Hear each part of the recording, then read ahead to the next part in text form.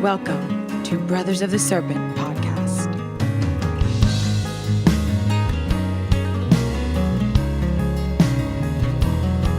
And welcome back, ladies and gentlemen, boys and girls, angels and demons and monsters and serpents, and scriptards. This is Brothers of the Serpent podcast, coming to you live from the 10 by 10 by 10 Tangent Cube of Science, nestled amongst the dusty bones of an ancient seabed high atop the Edwards Plateau, and I have a stuffed nose.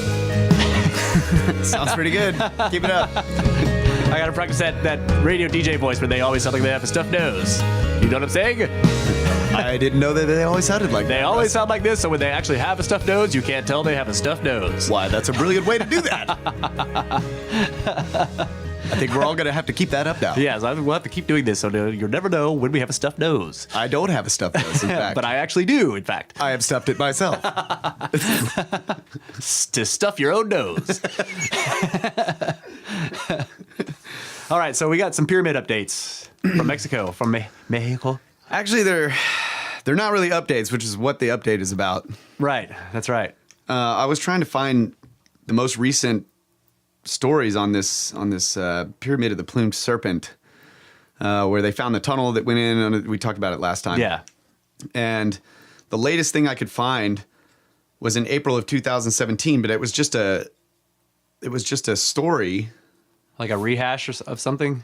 Yeah, I'm pulling it up. It's The Guardian, and they just have a story about what they discovered in 2014. Huh.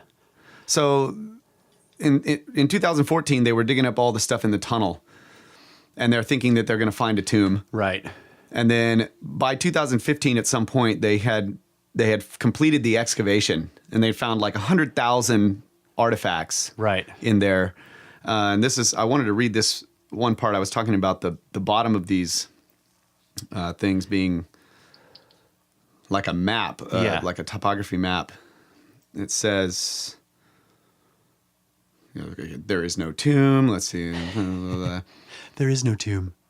That's what we need to tell all the archaeologists. You just have to remember, there is no tomb. Yeah, so it says, excitement mounted with the discovery the following year that the earth appeared to have been sculpted into elegant miniature landscapes depicting mountains and valleys with drops of mercury deposited to symbolize sacred rivers or lakes. But the tomb was never found. I was just like, what? God. That's all they say. So it's already like assuming that the tomb was there. Right. And then later they go to say that we have evidence that something very large and heavy was dragged out of the tunnel at some point. It could have been a tomb, but we just don't know.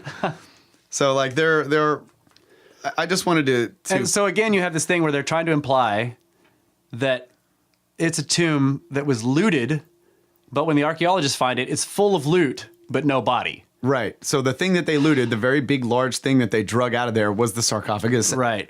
And they left all of the jade freaking statues and... Yeah. Can't call it a sarcophagus, though, because that's an Egyptian word. Oh, I didn't know that. And it's like, I mean, it's not the same thing.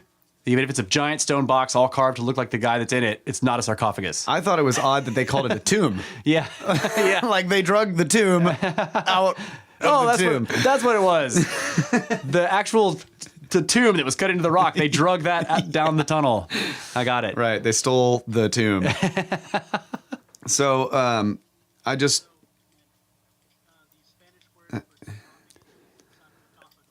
the sarcophago.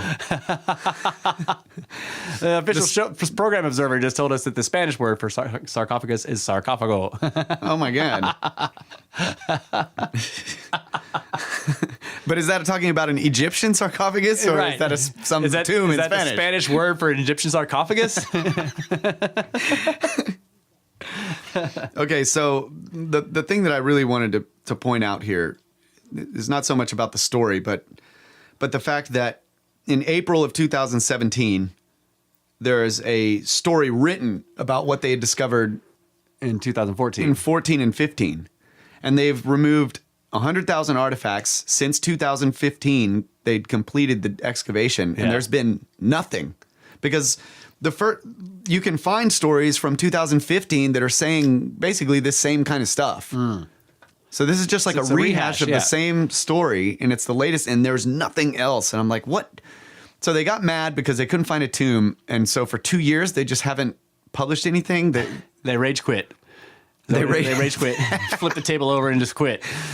Yeah. So man, if anybody stumbles upon anything about this or knows anyone that knows anything, Yeah, I would send love us to an hear. email. Yeah, I'd love to hear because They like you were talking about the metal spheres that they'd found, and Yes. I did find a piece of a story that was about that, and they were actually clay spheres that were covered or coated somehow in pyrite, so that they looked like when they were so maybe that's old. what it was. I was reading. It probably said gold spheres or whatever. Yeah. And it was pyrite. Yeah.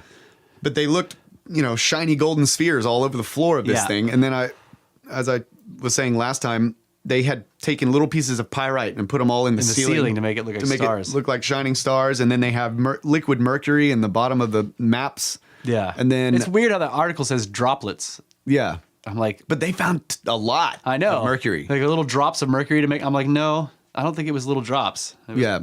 So probably a lot. The other thing is they use pyrite a lot. Like in the statues, one of the statues of the female had like this little backpack that was full of all these mirrors. And the mirrors were made with little pieces of pyrite. Whoa. And they were like, it was so that they could like shine the mirrors into the land of the dead for the dead walking. And I was like, you are so obsessed with tombs. Everything about it has to be about the dead. And they're like, the statues must have represented the founders of the city. Yeah. Yeah, because, well, I mean, if you read... And the tunnel represents the underworld. That's right. It's an entrance to the underworld. Like, no, a tunnel doesn't represent the underworld. It's fucking under the world. That's right. It is under the world. Yeah, well, they all... I mean, the common conception of Teotihuacan is that it's a necropolis, so they look at everything there through the lens of it being a mortuary place, like a place where they interred the dead.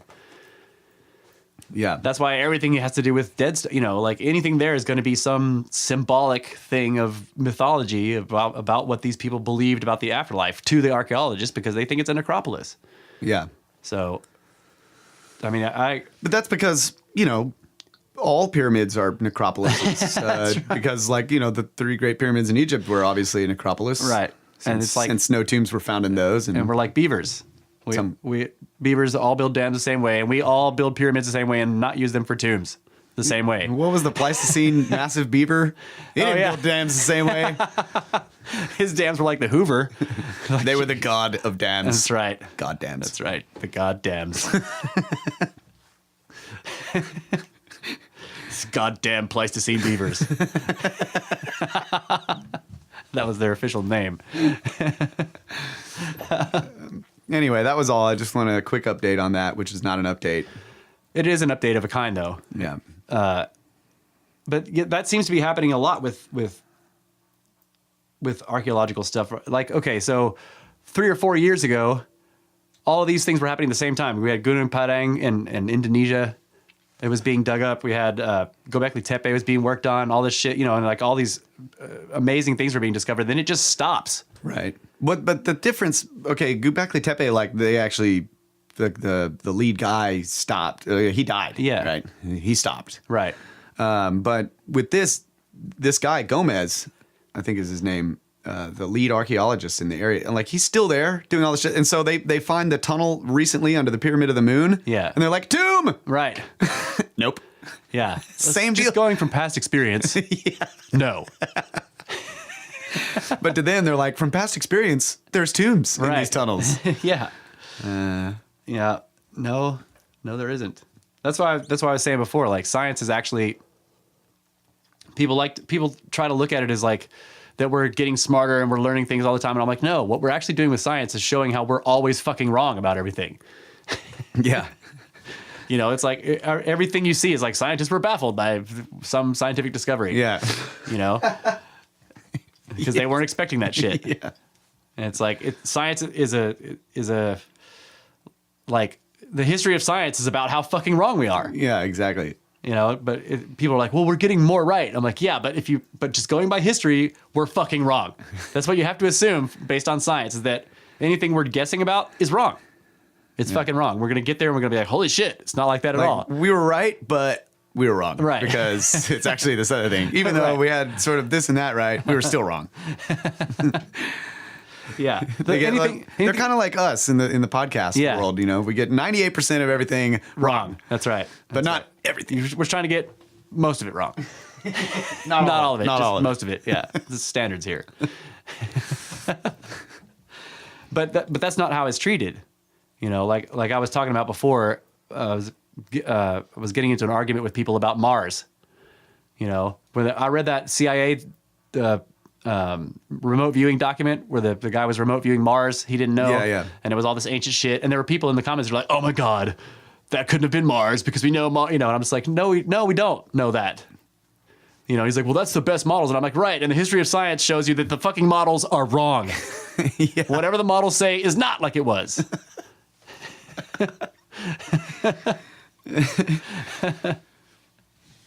So I don't know. It is an interesting thing to watch that kind of thing happen. These people who have this a priori, you know, like vision or assumption about the place, like that it's an necropolis, and so everything they do is focused on this idea, even though there's no evidence for it. Yeah. So all through the article, you hear them talking about tomb, like the tomb was never discovered, as though they know that it's there, and they just haven't found it yet. The way that sentence is phrased implies that the tomb exists and just hasn't been found. Right. The exactly. tomb has Yeah. not was the not tomb yeah. has not been found. That's Right. like the tomb. The tomb, yeah, as though that's what I'm saying. Is like they are assuming it's there. So here's something I haven't looked into yet, but I was curious. Like with the pyrite, they're using pyrite, Yeah. fool's gold, for all this stuff. So if they were able to make spheres, coat clay with pyrite, like yeah. how are they? What are they? Pyrite's a crystal, right? Yeah. Yeah. But I mean, is it a metal or a crystal? No, it's like a rock. Yeah, it's like mica or something. It's not a metal. Yeah. I don't know. But how are they manipulating it? How are they making a sphere out of know. it and coating clay? And they don't even talk about that. So there's no there's no physicist stepping forward and being like, wow, they must have had this type of Yeah. technology in order to manipulate this pyrite. Or maybe it's really easy to manipulate it. I don't know. Maybe it was just wet clay and they were just jamming pieces of it into the wet clay. That doesn't sound like coating though. Yeah. Like I was wondering the same thing about the ceiling. You were saying that they embedded pyrite into the ceiling, and I'm like, what does that mean? Yeah, they put like little pieces of it in there. I Into don't know. what? I don't know. Is it dirt? I don't know.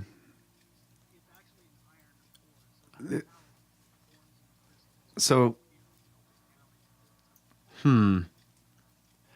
That's right. It is iron so pyrite. you can melt it. Okay. Yeah. But okay. All right. So the program observer has told us that it's iron pyrite, which is metallic, grows in crystalline form. So technically, you could melt it down and coat something with it, but you would need good metallurgy. Which didn't they have some metallurgy though? Like, Well, if or- it's the same guys that were doing the stuff that has keystone cuts in it, then yeah, because they were pouring metal into those Yeah. cuts, and like that old temple of the pyramid of Kukulkan is that same kind of megalithic construction. I don't know if it has keystone cuts, but I did bet they it does. have like when have we discovered like other metal artifacts and stuff like other than gold? You know, from them. They're They're very rare. I don't know specifically from down there though. I mean, yeah, there's metal stuff, but it's copper usually or bronze. Yeah. And gold is obviously like with Indestructible. copper and gold, you can find both of those like complete. Yeah. You don't have to Right. smelt them. Right. Yeah. But pyrite, like But we know that they were, at least at some point in the past, the ability was there because of the keystone cuts. They Yeah. may not have any metal in them anymore because that's the first thing that gets taken. Somebody Yeah. sees it and pulls it out of there to hammer it into a knife or whatever. But anybody who has a portable smelter is pretty advanced. yeah. I mean, we don't have. Can you think of any field equipment where you're like, I just want to be able to pour molten metal into stuff? You know.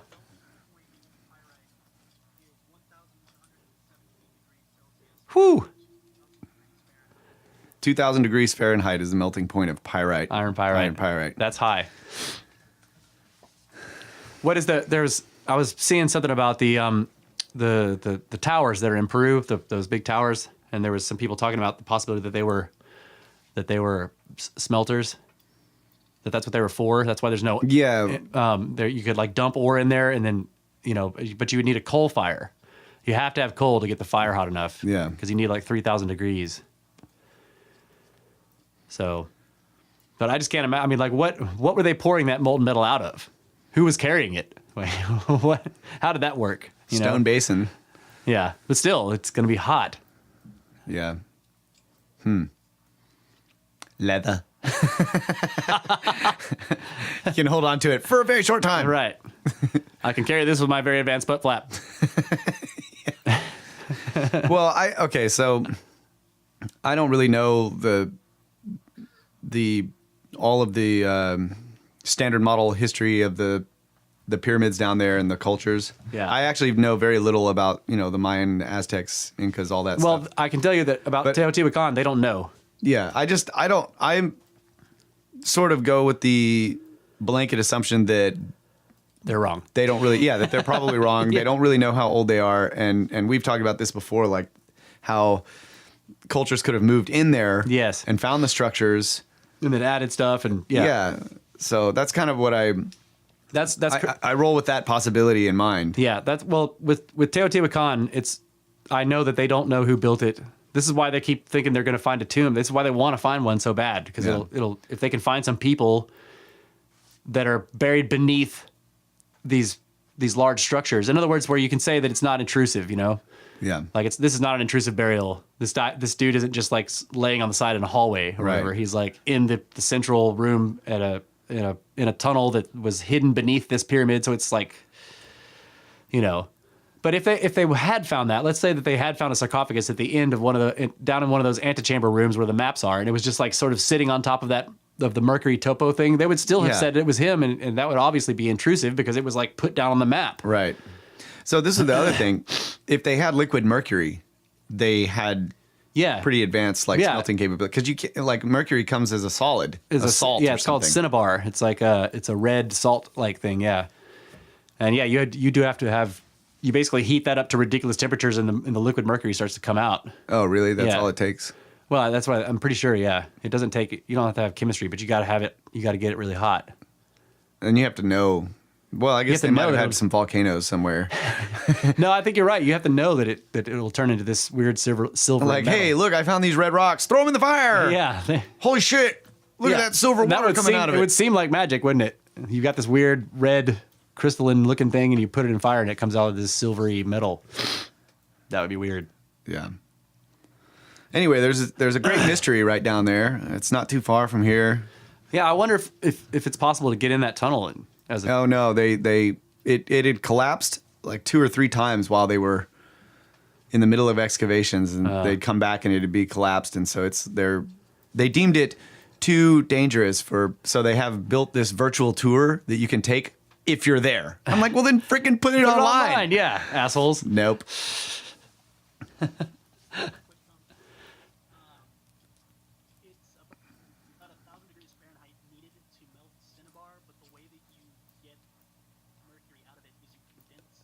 Okay. Oh, okay. Condense the vapor. Oh, yeah. So you have to have. Okay, so it takes about 1,000 degrees Fahrenheit to melt cinnabar. To melt cinnabar, but you have to actually distill the vapor to get the mercury. That's right. That makes sense. Mercury vapor is deadly as well. That's right. So you have to have a badass distillery. Yeah. On top of your badass freaking and a hazmat butt flap. Yeah. You know, have a has flap. Has flap. That's right. Hazardous materials butt flap. Okay, so if you have the means to distill, like that's pretty badass shit. But just to make, some whiskey or whatever, right? You have to have very specific temperatures to get the right vapor going up, and then you don't want the other vapors that you don't want going up in there. And you got to know how to make tubes. But of course, liquid mercury won't mix with pretty much anything but gold. Right. Yeah. It is immiscible with all but gold. But still, like that's that's pretty impressive that they were able to like. I wonder what the distillation process looks like. Can you just collect the vapor on something and have it run down, or like if you were distilling water, or do you have to, I'm pretty sure it would have to be a closed system where I mean, I guess if you had enough of it, you'd collect some if you were losing a bunch of vapor anyway. Well, what makes it condensate, I guess, is the question. Cooling down. Cooling. So you could just have it condensate onto something above it and just run down the sides. So maybe that's what they did. Like they dug these huge tunnels under the pyramids. They took a bunch of cinnabar down there. They created this massive fire using coal. They threw all the cinnabar in there, and the guys that did that died. And then later they covered up the cave, and then later they came back and they had liquid mercury in the bottom. Yeah. And they cleaned it all out. And they thought it was the souls of the dudes that died. Yeah, and they cleaned it all out, and then those guys died. So then they were like, fuck this tunnel, and they filled it with trash. That's right. But before they did any of that, they carved a map into the bottom of the tunnel. Well, that actually is interesting. Like when you were talking about it before, you were saying that the pyramid of Kukulkan has all this script, has writing on it, or hieroglyphs or something, right, embedded into it. Isn't that what you're saying?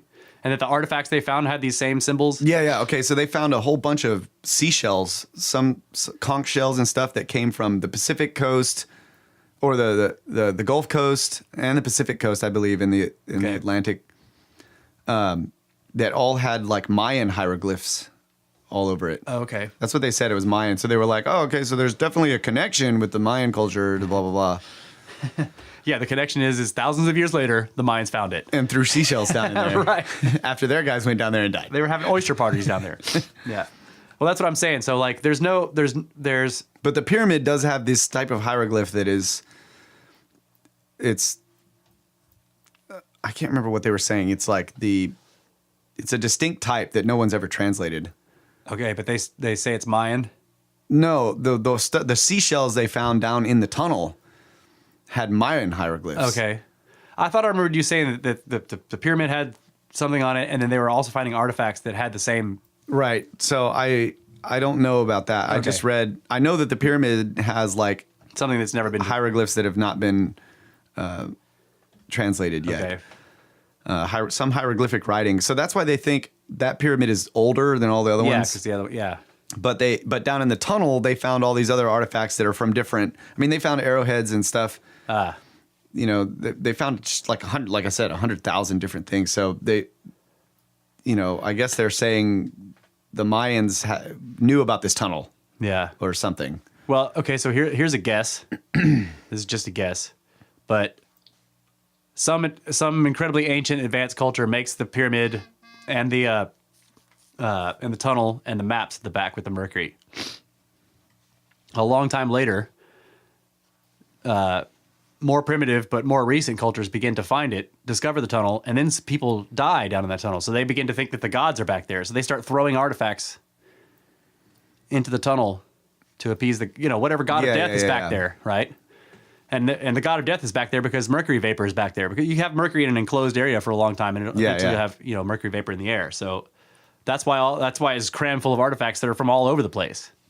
Yeah, they're offerings and dirt. Like I mean, it was just like there's one picture of this little robotic Gantenbrink thing cruising back in there, and it's riding on top of this pile of dirt, and then the ceiling of the thing is just right above it. So they like filled it in. Yeah. But I remember reading about ceremonies with the cenotes, the deep, the water, the wells or the natural wells. Yeah. Artesian wells. And how so archaeologists will dive into that water and go down to the bottom where there's all this silt or whatever, and it's just they are full. I mean, the things can be actually really deep where they would go down many, many more feet, but it's been filled up over hundreds of years by people throwing in things to, presumably as sacrifices. I mean, it is if you throw something valuable into a bottomless pit, it's a sacrifice. Yeah, when you're walking in the mall and there's like a fountain, and you come up to the fountain, you look down in there. Yeah. And there's all of these metal, little round pieces of metal. Those are sacrifices. Yeah, I've dove in those before to dig those out. It's very interesting. Find coins from 10 years ago. Yeah. We're still doing the same shit. Right. Yeah, throwing the wishing well idea, but those things, like I was saying, they would be full, like it could be enormous, like sinkhole full of water, and but the bottom will be like 20 feet below the surface of the water, but it's actually 100 feet deep. It's just filled up with silt and artifacts and bones of people too, because they throw people in there as well. Yeah, I remember one of them had like a bunch of kids. Yeah, a lot of kids, Babies. Yeah, and those sinkholes are strange too. The water has different levels. Like I was reading papers written by this guy who dove in a lot of them, and he would say like the surface looks disgusting. It's just nasty looking or whatever. And you dive in and it's all warm and just gross. Like Ernst Tanaha. Yeah. But then he said you'd swim down, you get down to maybe 6 to 8 feet, and then it just suddenly boom, you come out and it's clear and cold, right? And then you can see all the way to the bottom. But as you're swimming down, you keep passing these thermal layers. The water gets warm again, and then it gets freezing, and then it gets weird. Like, yeah. Because I guess it's just sitting there, and it separates itself by temperature over time. But it's weird that you would have warm layers below the cold layers. Yeah, it is. Yep. And, sometimes there will be springs in the side and stuff too, but yeah, it's very strange. But that's what it reminded me of, is that tunnel full of artifacts, and especially when you mentioned arrowheads. I'm thinking like, because they would sacrifice things that, you go to battle with some other group that you don't know. Yeah. You take some of their shit and throw it in there too as sacrifice, and some of them. So it's very interesting. But no human remains. Right. You were saying it was just animals. Yeah. Some animal bones. It's weird.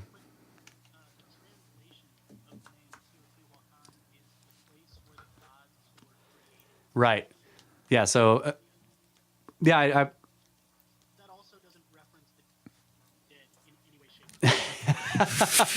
or yeah. So, again, Program Observer is telling us that Teotihuacan, the translation of that means the place where the gods were made or created, or place. Or now that I'm thinking about it, I remember somebody saying it was the place where men become gods was another possible translation of it.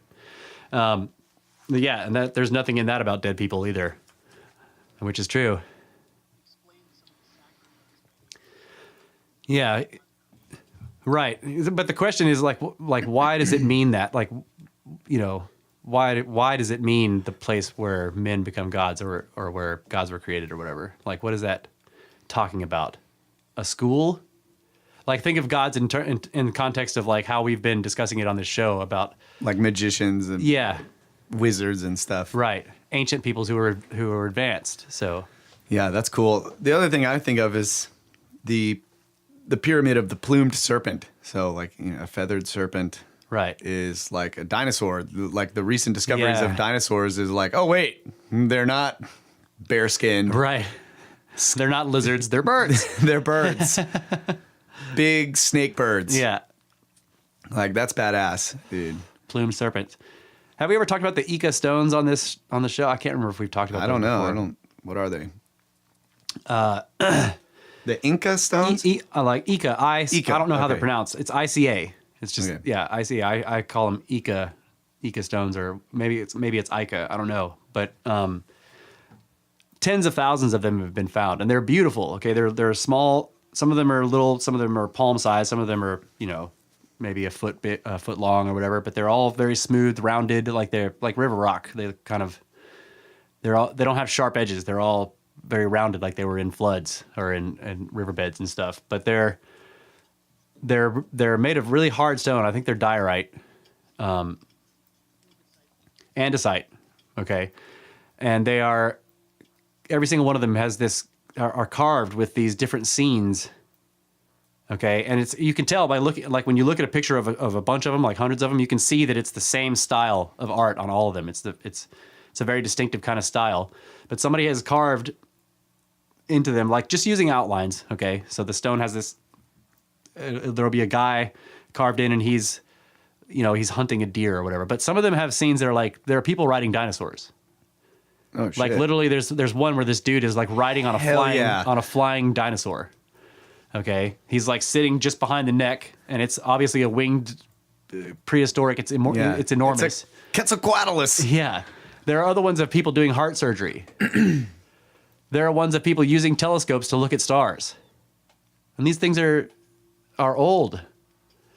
Okay? So But are the stones all this different shapes? yeah, they're all different shapes. And there are tens of thousands of them. Like And where are they found? I can't remember exactly where, but I remember the story. I think it might be in Mexico. But no, it's Peru. It's got to be Peru. What's that? Okay, yeah, the Ica province of Peru. So the story basically is that like there was a big storm or a flood or something, and that opened up the place where these stones were in some kind of cave. And so the people who were finding them were basically, they were poor people, they were peasants, they were just farmers that lived in the area, and they started to bring them to show people. And one of the doctors in town, he was educated and everything, like he got very interested in them and he would buy them from the guy. Okay. And he bought thousands of them over time. And he has this enormous museum now of the Iike Stones, and they're just everywhere in shelves all over his house. But there was a kind of a controversy because they're depicting impossible things for the standard model, right? You can't have ancient carvings of people using telescopes. Yeah. You can't have ancient carvings of people doing heart surgery. Because of course they didn't have crystals right. to look through. Yeah, there is actually a whole other separate problem of lenses, of carved lenses. Yeah, you have to have a curved butt flap in order to build a telescope. Right. That's right. A transparent curved butt flap. Right. You have to know spherical trigonometry, which, Oh yeah. yeah, BT Dub, they just found they just found out that that the Sumerians knew spherical trigonometry. Yeah. 3000 BC Yeah. tablet with badass, like even using the sexagesimal system or whatever. Yeah, yep. Spherical trigonometry that's like more precise than the models, than The original Greek ones that that we thought that it came from. and it's actually easier to use than the ones we use today because we're using base 10. That's right. But yeah, they didn't, They couldn't do that, yeah. But the biggest problem really was the people with dinosaurs. Like, you can't have ancient people depicting dinosaurs, even if there's nobody riding them. They shouldn't be able to depict dinosaurs because they don't know what they are. bullshit. Yeah. That's what I think about dragons, dude. Like, where does this legend of these flying freaking serpents come from? Probably Aliens. The flying serpents. Yeah, that's right. How did we get legends of ancient, massive flying serpents? From the ancient, massive flying serpents. Yeah, so there's more to the Iike Stones. We can continue that after we take this quick break for snake bites. And that's probably how they smelted their metals with the ancient flying fire-breathing serpents. That's right. Yeah, you don't need technology. You just need a dragon. Yeah. Yeah. Oh, that answers that question. Snake break. Snake break. No, snake.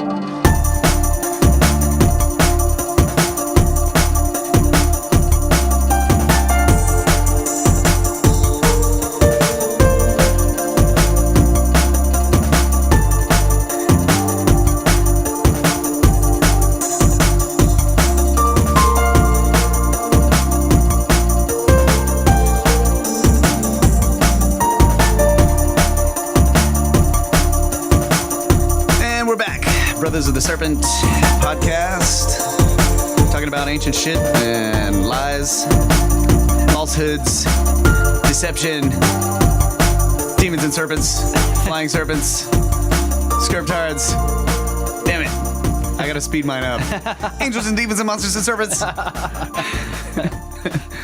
I don't work on it enough. I'm sorry. You need to memorize the one that you had the voice. Yeah. That was a good one. I did it that one time. It was hard to memorize all that. I don't remember it now. I haven't done my homework, folks, but I have been looking at pyramids and stars. Yeah.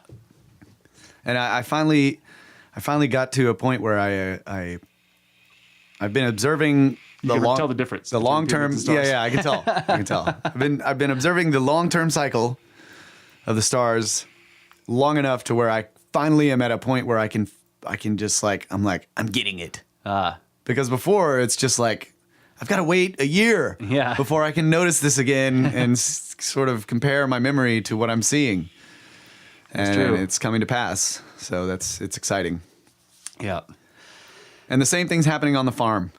Yeah. I'm looking at the grapevines in the vineyard. Yeah. And I'm like, okay, I remember this.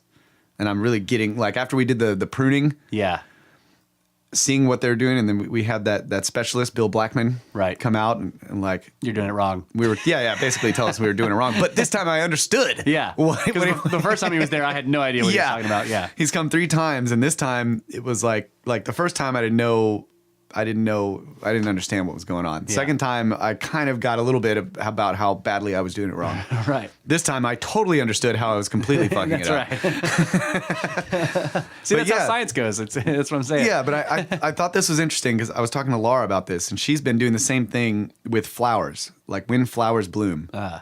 And she's been paying attention to it for a while, and she's like, okay, so when this color flower starts blooming, she sees them on the roadsides. She knows, like, oh, okay, the next flower that's going to be this type is coming like soon.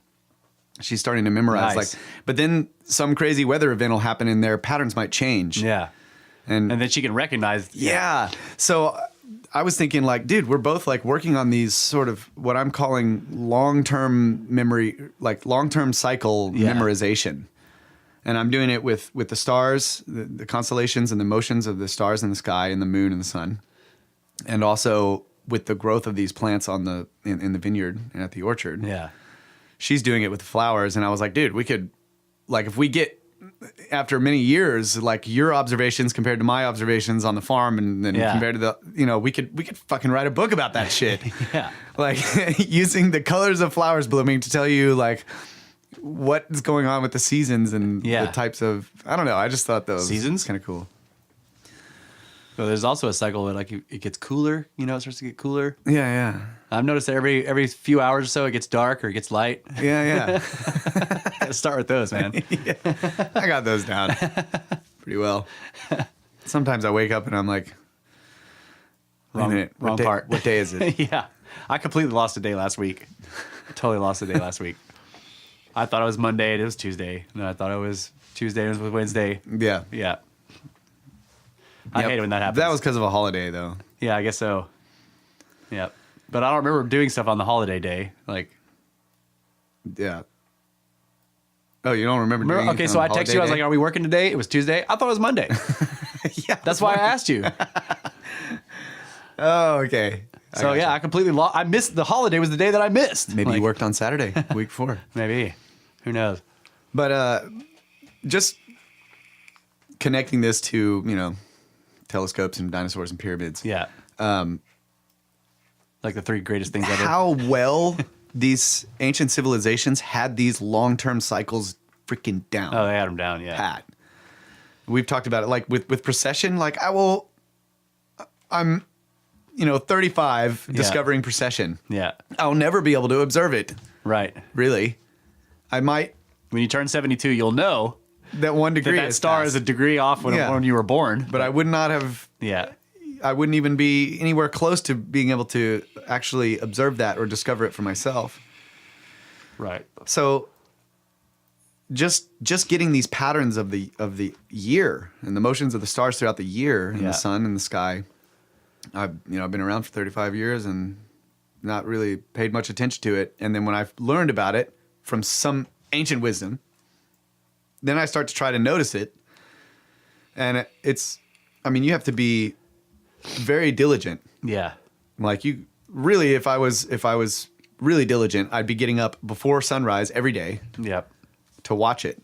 And then going to a place to where I could see it. Right. And you also have to know watching the sunset. You also have to know how to cut out the smaller cycles that are, because it's cycles embedded in cycles. It's like those Russian dolls, right? They're all inside of each other.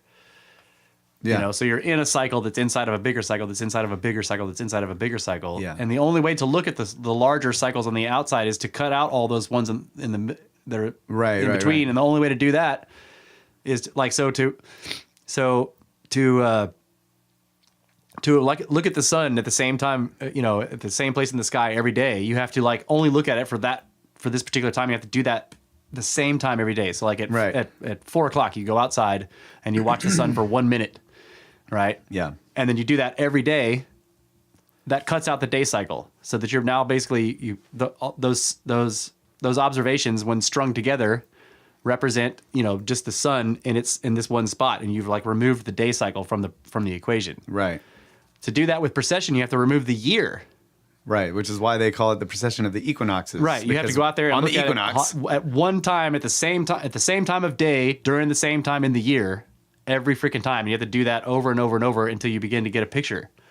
So this is one of the reasons why it's hard to describe to explain it to people when I was having that argument about how they were like, well, it doesn't move the stars around in the sky. I'm like, well, yes, it does. They don't move relative to each other, but they move relative to the Earth.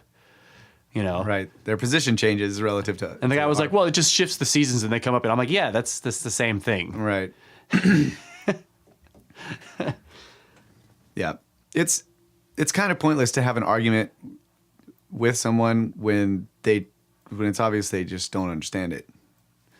Right. Or with him, it seemed more like he understood it. He's a high level troll. What? Because the guy's really smart and he totally understands precession. When he said like it makes the constellations rise at different seasons, that is moving the stars around in the sky. And he knows that. Right. Okay, I see. Semantics. Yeah. But the way he's phrasing it, it's not, it's different. It's like it when I say that, like, the Orion correlation is about waiting, is you rewind the time until the stars mirror the surface, and he's like, well, it doesn't do that, even though he knows that it does. I see. That's why I was saying he's a troll, but it's not troll. Maybe the wrong word. He's a disinformation agent. He's not talking to me. He's there for everyone else that reads the conversation, trying to throw them off this trail. Conspiracies. Yeah. Well, it was on ATS. That's where they born and bred. That's right. All right. So what were we talking about? We got the Iike rest. Stones? Yeah, the rest of the Iike Stones, which is a fascinating. Eventually, the farmer guy who was selling he was finding most of them and selling them to the doctor and to tourists and everything. He was making pretty good money selling to tourists. Yeah, we talked about this before. Did we? Yeah. Those are the sculptures. That's different. Oh, okay. But it's different, but it's close to the same thing. Thousands and thousands and thousands of those sculptures, and there are dinosaurs and everything in them. They've got little sculptures of dinosaurs and stuff, but this is a different place, and they're carved rocks. They're rounded. Yeah. I was just totally thinking it was the same deal as that story you told about the guy who he had sold a bunch of them, and then he said they were all fakes. Yeah. But I thought we were talking about the sculptures at that point. We may have been. I don't know. You were telling the story. Yeah. Well, what I'm interested in is, where did these come from? Yeah. Like when the authorities brought him in, and they were gonna throw the book at him for selling artifacts, because it's like in Peru, it's like massively against. It's like a massive felony to sell any kind of historical artifacts to anybody. They belong to the state. Because yay, communism or whatever.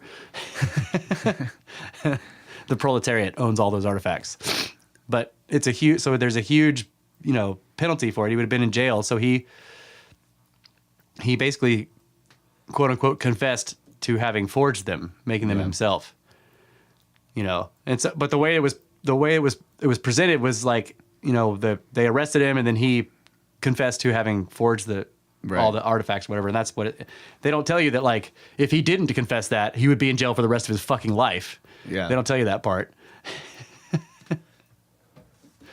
So it's like and then other people later were starting to question, like, how did one guy make there's thousands of them. Yeah. And it's hard stone. So apart from what they depict, like the question of whether a farmer knows what open heart surgery looks like, or whether a farmer can accurately depict constellations that are in the southern hemisphere, or I'm sorry, in the northern hemisphere, because Peru's in the southern hemisphere, Mm-hmm. And whether a peasant farmer can knows all this stuff about dinosaurs and gets the anatomy correct of all these different dinosaur species, You know, aside from that, like how did one guy carve all these freaking rocks? Yeah. But it doesn't matter around. Anywhere you go, you'll see standard modelists saying like the Iike Stones are debunked. Like, Yeah. you don't even have to consider them. And really, they never have been considered. That's the real problem with this is like now they'll say, oh, well, they've been debunked. You don't have to consider them. But the problem is that before they were debunked, no one was considering them either because what they implied was Yeah. unpalatable. Well, what does it imply that there's some carved stone in South America that's extremely ancient that has a northern hemisphere constellation in it? Like, What does that imply? yeah, I mean, they whoever carved it, Traveled? either that or they had maps. Yeah. What do they call them? Constellation maps or whatever of that he could have copied it from. Oh yeah. So somebody had to have traveled there, right. If they're ancient, and whoever traveled there had to have, you know, right. So sufficient knowledge well, of the astronomy. first problem you run into is the traveling. Like the mainstream archaeology is isolationist. Yeah, There can't be diffusionism between cultures. yeah, that's cool. But the real question is, who was flying on dinosaurs? Because damn it, Yeah. that's badass. That's a great one. Like the dude's flying on this huge dinosaur, he's got a knife, you know, and he's all like, "Yeah, I've got this knife, but I don't need it because I've got a dinosaur."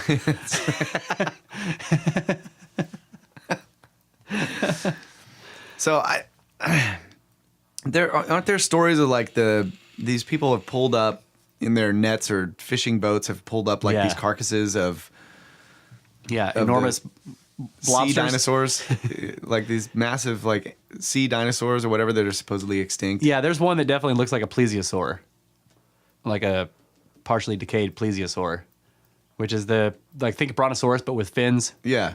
And they like dropped it because it smelled so bad. Yeah, it smelled horrible. Yeah, they dropped it, but they got some pictures where the thing is basically laid out on the fishing boat. You know, it's so huge. It's that a bunch of it's down in the water, but you can see that it's got a Yeah. fin, and you know, and of course the standard answer is like it's a whale. It's a freaking whale that because it's so decayed, it doesn't look like a whale anymore. It just looks like a monster. They call them blobsters. Blobsters? Yeah, because sometimes these things wash up on shore, and it's like this enormous, or it's globsters is what it is, not globsters, because it's this enormous glob of shit. It's just like and there's weird. I've got pictures of them. They're really strange looking, and somebody inevitably figures out a way to prove that it's a whale or to claim that it's a whale. But it's always like, you know, where's the whale? What? I know that whales are very large and they have lots of organic stuff in them. And then if you take away the skin and sort of mix everything up and let it float in the ocean for a couple of years, it might look weird. But there should still be some recognizable, you know, like Yeah. when a human is decaying, you can always recognize that this is a human. Yeah. But I guess whales are just long, oblong shapes. You know, Don't they have teeth? Come on. Some of them do. They're baleen though. Baleen whales, they don't have any teeth. They just have those. They look like the gill flesh or whatever. Oh. They, you know, it's a strainer basically for plankton, and they just inhale tons of water, and strains the plankton out. How do you ride in the belly of one of those guys? Anyway, It'd have to be a sorry. it'd have to be a tooth whale Tangent. or a UFO. Yeah. So do you think that dinosaurs could still be living, like some species of them? Do you think robots are living among us? Yeah. Yeah, I do, because the ocean is enormous. What about on land? Like the Amazon and, you know, just Yeah. like all of this. And in Africa, there's actually there's I can't remember the details right now, but there's a place in Africa where the natives there are like deathly afraid of this creature. I can't remember what they call it. But the way they described it, it sounded like a type of dinosaur. And so some anthropologists went down there with some children's picture books of dinosaurs and started flipping through it. And when they were all pointing at one of, there's this one particular one, and they were like, that's the thing, you know, whatever it was. Yeah. White devil. And I can't remember what kind of dinosaur it was. I'm thinking it's the one that has the club for a tail. Yeah. Right? It's enormous. Club with the spikes it's on like, it. Think of like a giant armadillo with the club tail that it can it's got huge balls, these enormous like bone spheres on the back or whatever. I don't think it's spikes. It's just it's a club. But yeah, I think that's the one they were pointing out. It's something like that. So this very large creature that they claim lives back there, it's indestructible for them. Yeah. So Just like the Legends of the Dragons. yeah. What about that? Like ancient peoples being alive when dinosaurs or Yeah, see, I disagree for the most part the idea that all dinosaurs died 65 million years ago yeah. during the KT event. Now, I do think the KT event happened and that it killed off a shitload of species of dinosaurs. It was a mass extinction, but I'm not so sure it was 65 million years ago.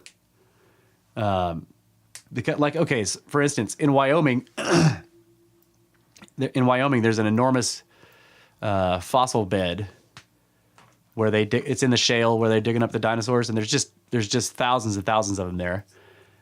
But when you go out there, it smells like decay. You smell it. Oh yeah. And they've been able to extract blood samples from the bone that have intact paternal DNA, which is Can they reproduce them in frogs they probably already on have an island somewhere? Yeah. Yeah. Turn it into a park. Nature finds a way, or life. But yeah, DNA like degrades really quickly. If you just drew some blood and you just put it in a vial and set it on a shelf, in a week it'll have fallen apart. So you can preserve it in different ways, right? But it isn't going to preserve for 65 million fucking years. Yeah.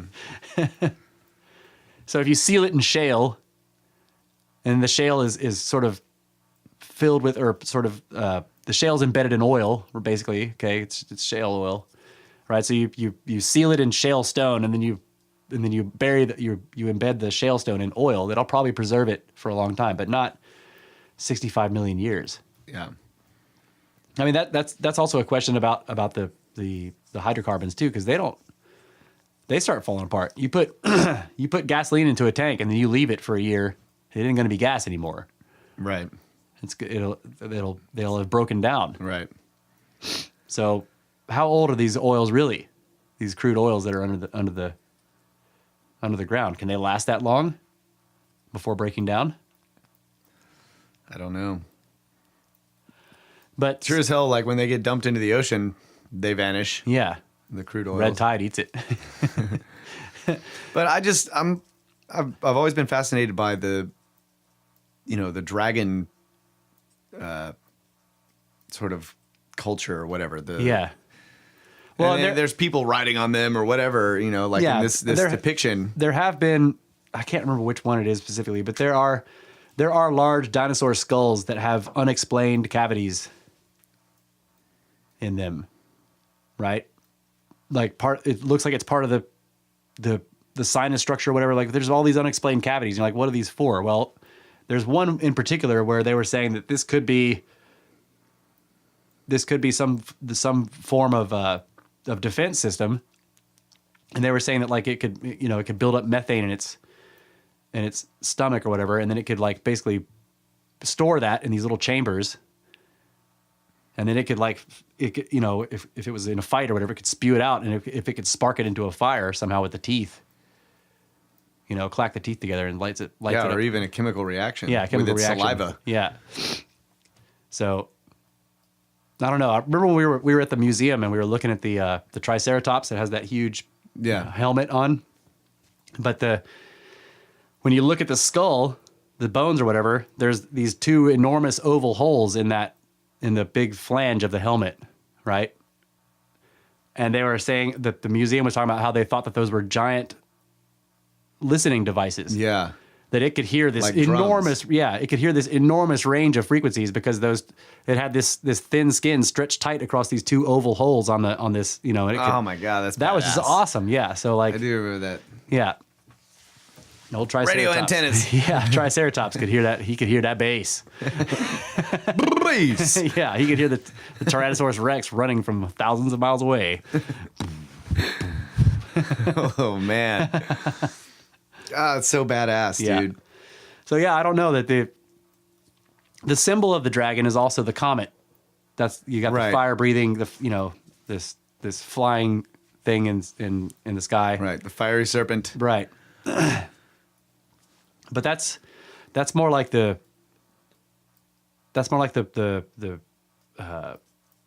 world snake or whatever. It's not something they associate with Earth so much as it is. It's a god figure.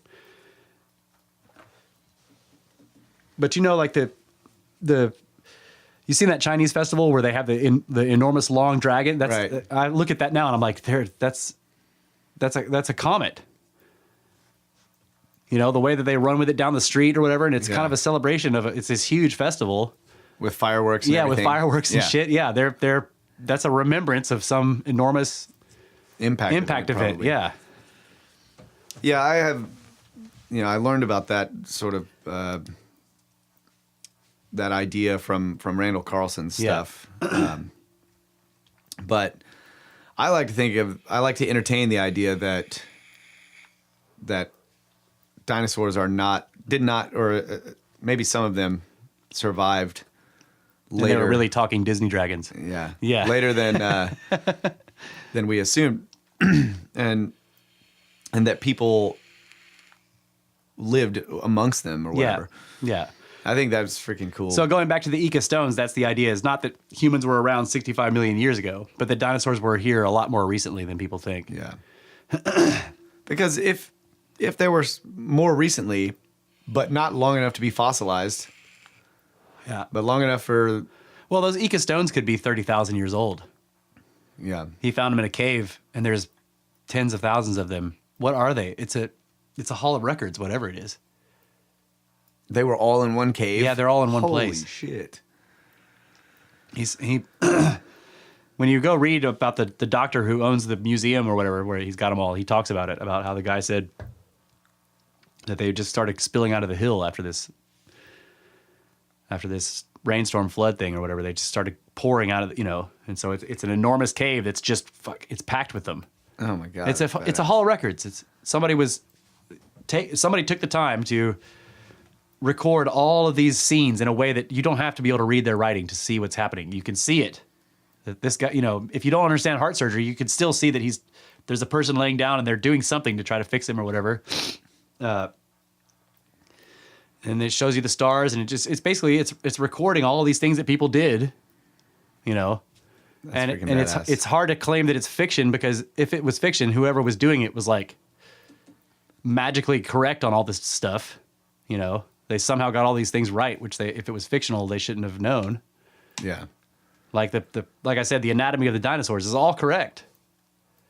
Yeah. know? And the constellations and all that. Yeah, and like the Stegosaurus, with all the plates on its back, it's all you can see them all perfect. They just depict them correctly.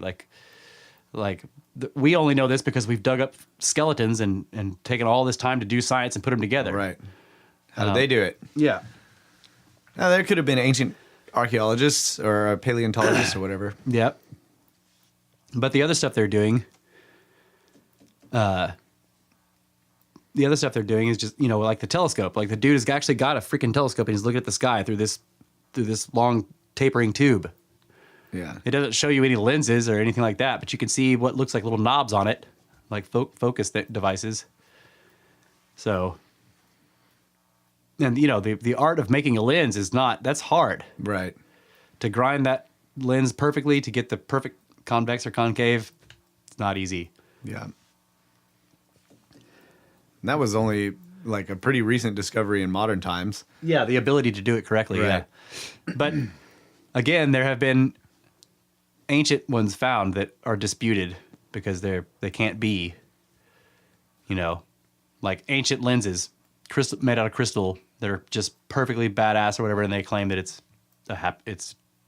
just happened to be like that, or that it can't be actually an ancient artifact that was that somebody made, because that doesn't fit the story. There's a bunch of those. They're basically out of place artifacts that just don't fit, and so every single one of them is script derped in some way. My favorite out of place artifact is the Nampa figurine. You know about that one? The little doll. It's not a doll really. It looks like if you look at it, it looks like I always think of a gingerbread cookie cutout. It's obviously a humanoid form, but it isn't a doll. Like, it's not articulated. You can't move it around. And it's small, but it was the place where it was found. They were drilling a well, so it was they were drilling with modern equipment. So they had a well truck that has a drill on the back, and they keep adding pipe to it to make it deeper and deeper. They were in, I think it was in, I don't even name the state. It was somewhere in the Midwest. I'm pretty sure it was but they were drilling, and and so most of the time when you're drilling a well, if people don't know, for the purposes of geology, every 10 feet or 15 feet or whatever, it'll be the same amount every time. They'll pull core samples out so after they've been drilling for a while, you'll see all these little piles of material, right? They drill down 10 feet and they pull out a pile of the material, and they'll sort of put a little pile of it right here. That's the sample at 10 feet, and then they'll make a sample at 20, and then another sample at 30, and they just line them all up, right? So they were at 300 feet. They had drilled through 2 layers of basalt that a layer of basalt is basically a lava flow, okay? Right. So you got a 40-foot thick layer of basalt, and that because you've drilled wells all over the state, that it extends for hundreds of miles in every direction. That at some point in the past, that entire area was covered in a lava flow that ended up in 40-foot thick basalt, okay? So those are considered, I can't remember the technical term for it, but those types of things are considered to be like a seal. Anything below that is there because it was there before that lava came. Right. Okay. They had gone through 2 of those. And then at the 310-foot mark or whatever, they pull up the sample, and this little figurine is in it. Oh my God. So That's crazy, dude. yeah. So of course, when you go look at the geology of it, it puts that figurine at being hundreds of millions of years old. And Yeah. it just So it's doesn't- either we anatomically modern humans have been around and civilized on and off yeah, for an as insane long as the amount of planet's time. been here, basically. at Yeah, that point, or they've got the timeline all wrong. Right. They don't. And I think it's more realistic to assume that the timeline is all wrong, because that is to determine the actual timeline just from the little amount of time we have been looking at layers of rock and right. studying And it. even when they're using things like decay rates of radioactive particles, that's assuming that the decay rate is constant. Right. Yeah. And that environmental factors, or even environmental factors of where the solar system is in the galaxy, doesn't change that, Right. So, because a physicist will tell you, well, I dated this, and this is how old it is. And it's yeah, it's that old if the decay rate is constant on that uranium. Right.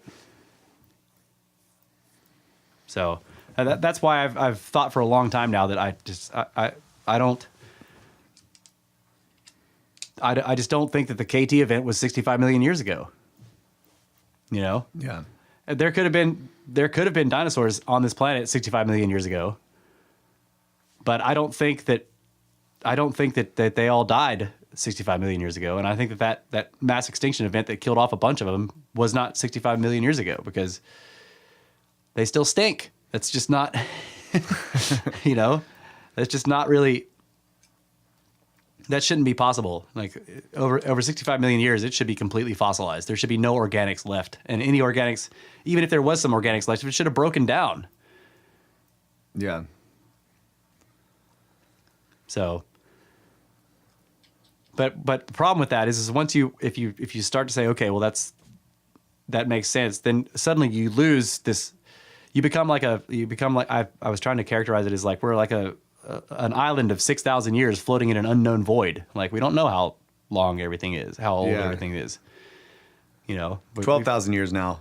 Yeah, 12,000. Göbekli Tepe. Yeah, but that's based on carbon dating.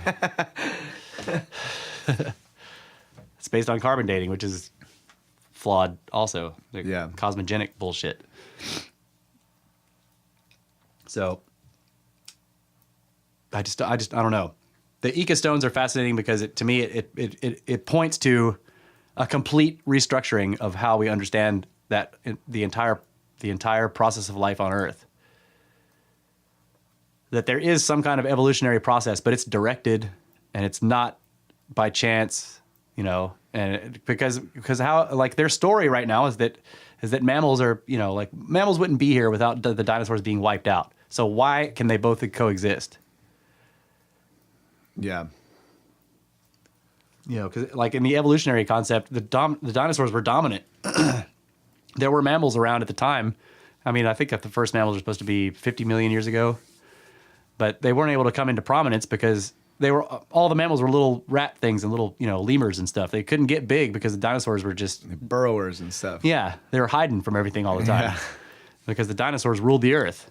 You know, they were the enormous apex predators and the top level, even the herbivores. You know, What do you think about the possibility that they were intelligent? Or some of them were? I think, well, yeah, like we've talked about this before, and I was like, well, if you have like right now we're in the age of mammals, and the top level mammal is us, right? And it's always a predator because the predator's brain has to be more complicated because you got to have things like strategy and Butt flaps and all that. yeah, you end up with butt flaps because you got to have strategy and you got to. It's like, you know, you see an herbivore or a prey or whatever. Their eyes are on the sides of their head, whereas the predators are in the front, and we have binocular vision, so we can determine how far away things are because we got to be able to run up there and grab it. Right. You know, whereas the prey has eyes on the sides of its head so that it can see everything. Right. Because it's waiting for All you the to way come around. running. Yeah, he wants to see all the way around so he can see you running up. He doesn't need to know how close you are. He just needs to see He's you. fucking running so at he you. can run. That's right. But the predator has to have strategy, has to be able to hide, has to be able to conceal itself, has to be able to, you know, in some way plan out an attack. The herbivore just has to eat and look and run. Yeah. You know?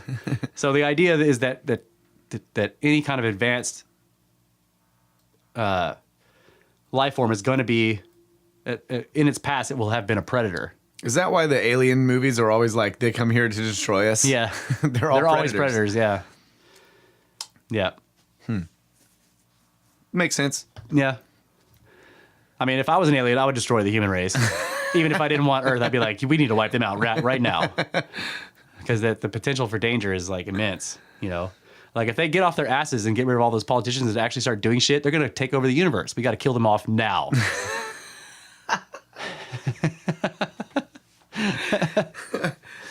I mean, because it was like, what, 100 years we went from horse and buggy to freaking, you know, Teslas and flying all over the planet. I mean, seriously, like if you look at the advancement rate, Yeah. that should be terrifying to any alien being, you know, unless they do it too, unless it's always like that. But you have this idea of this million-year-old race, and they're very advanced, way more advanced than us. But we just got this advanced in the last 100 years. Yeah. We went from basically primitive to like not, you know. But at the same time, it's like we were the same beings for the thousands of years before that, when we pretty much had the same technology all this time. Yeah. So I love thinking about that, because what happened like right before that massive like takeoff of a technological freedom. Exactly.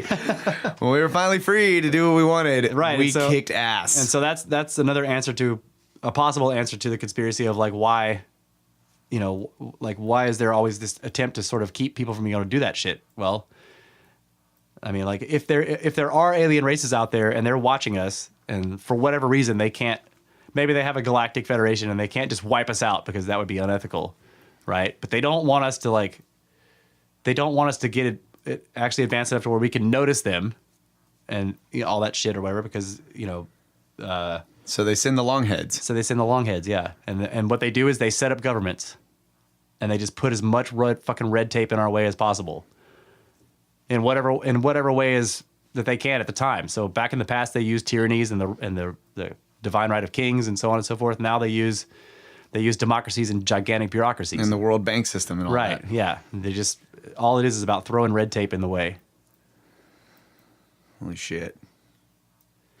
We need to get some freaking andesite and start carving stones and put them in caves. Yeah. But we're going to take a break first. I want some universal red tape solvent. All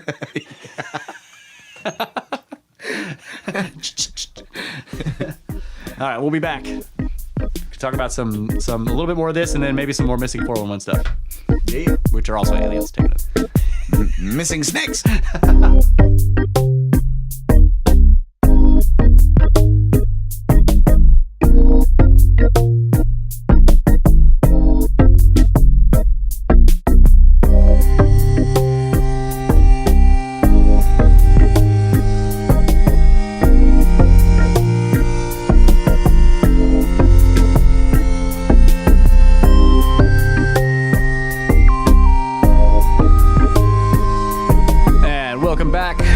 Mystery lovers, pill seekers, and conspiratorialists all across the fruited plain. This is Brothers of the Serpent, where we bring you a guaranteed 30% brain increase.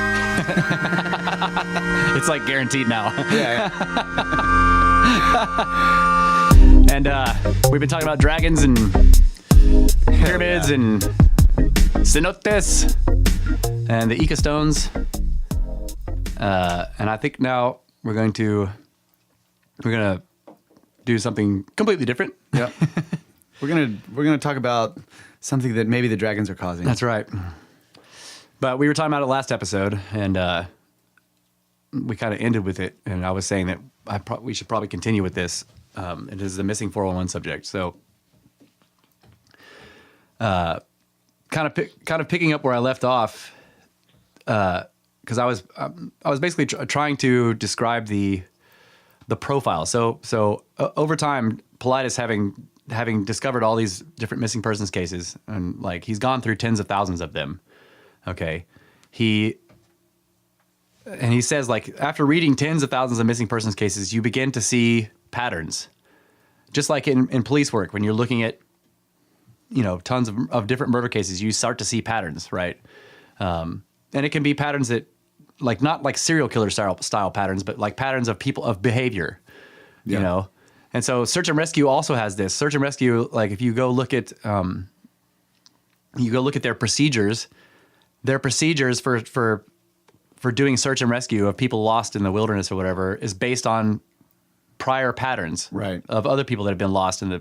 So you begin to recognize all these different patterns, and another pattern emerged when he was looking at these tens of thousands of cases that didn't fit any of the other patterns. So right. It was no longer the simple, like, okay, did he go missing at the top of a cliff? Look at the bottom of the cliff. Right.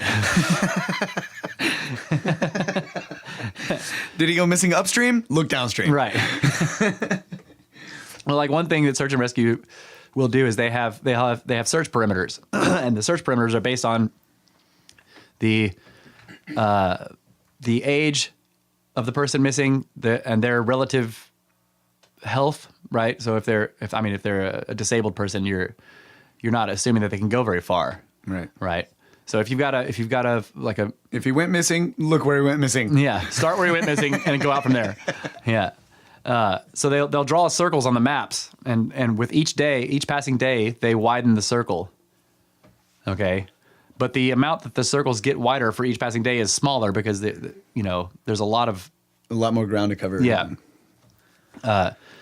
So one of the things that Paulides noticed in the cases that he called out from the tens of thousands. So, like, another thing, I don't know if I mentioned this last time, but the reason why it's called Missing 411 is because he initially was going to write a single book on the cases that they had been studying. And out of the tens of thousands of missing persons cases in the national parks that they got, 411 of them were weird that fit this profile. Okay. I think he did mention that. Okay. Yeah. Maybe not so directly, but yeah. So there were 411, and he ended up making that into 2 books. Because 411 cases was just too much for one. It would have been enormous. So he split it up into 2 books. It was basically the East and West coasts. That was how it was split up. So East Coast and West Coast. And it was 411 cases. Now he has like something like 1,600, I think. And they're not just in the United States and Canada. They're all over the world now. Because after he published those, people started to send him missing persons cases that look like they might fit the profile. So now he's got ones in Australia, he's got them in Africa, he's got them in Indonesia and Malaysia, and Holy in the shit. UK, and there it's so basically the phenomenon is global in scope, whatever it is.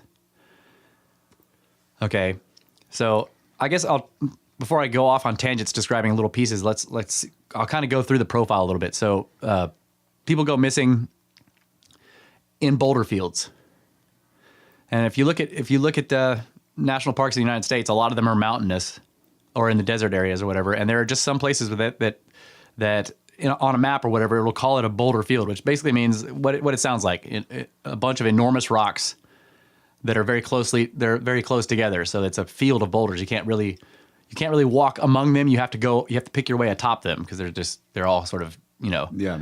and they're boulders generally is something that's too big for a person to move. Okay, that's I mean, it's not really a defined term, but that's basically the rough definition of it. It's not a boulder if you can pick it up.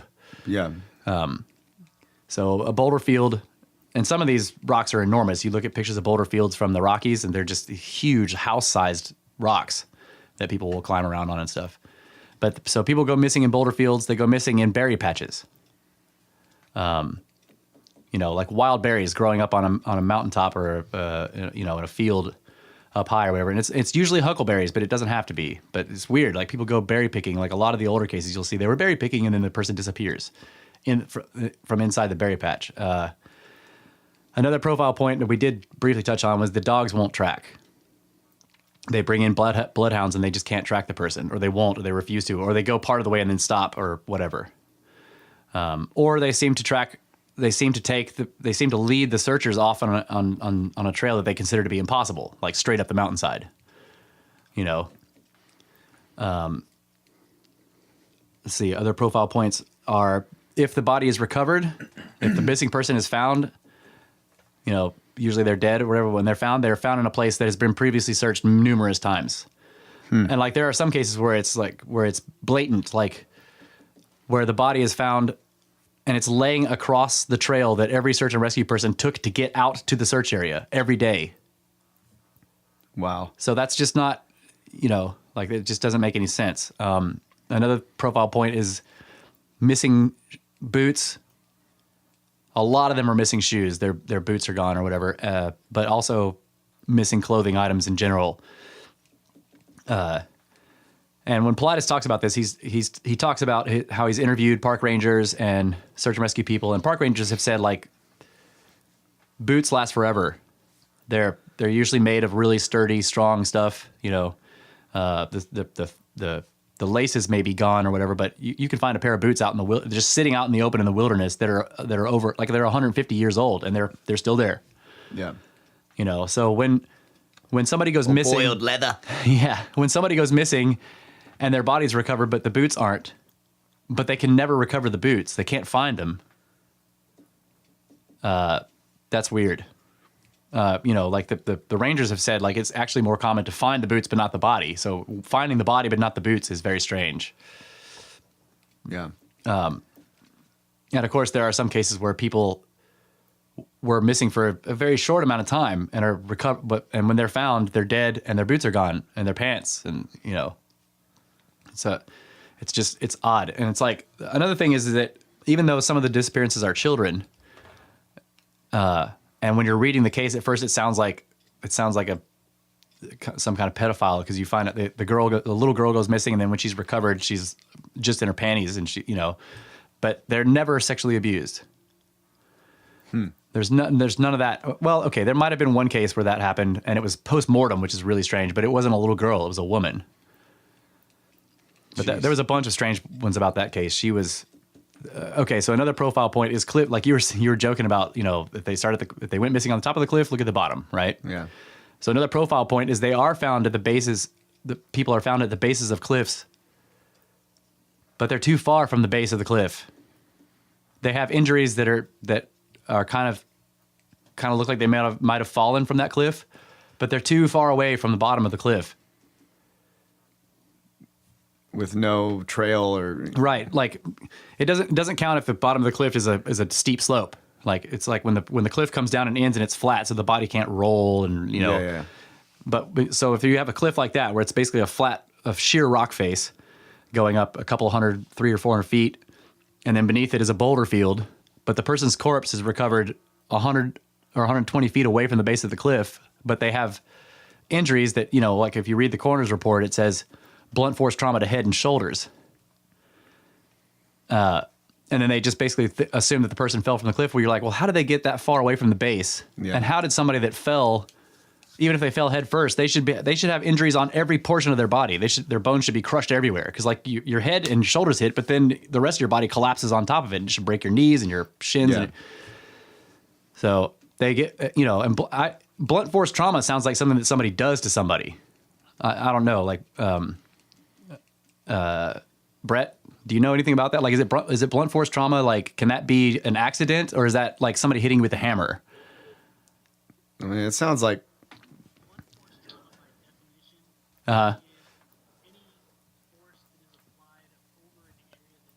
Okay.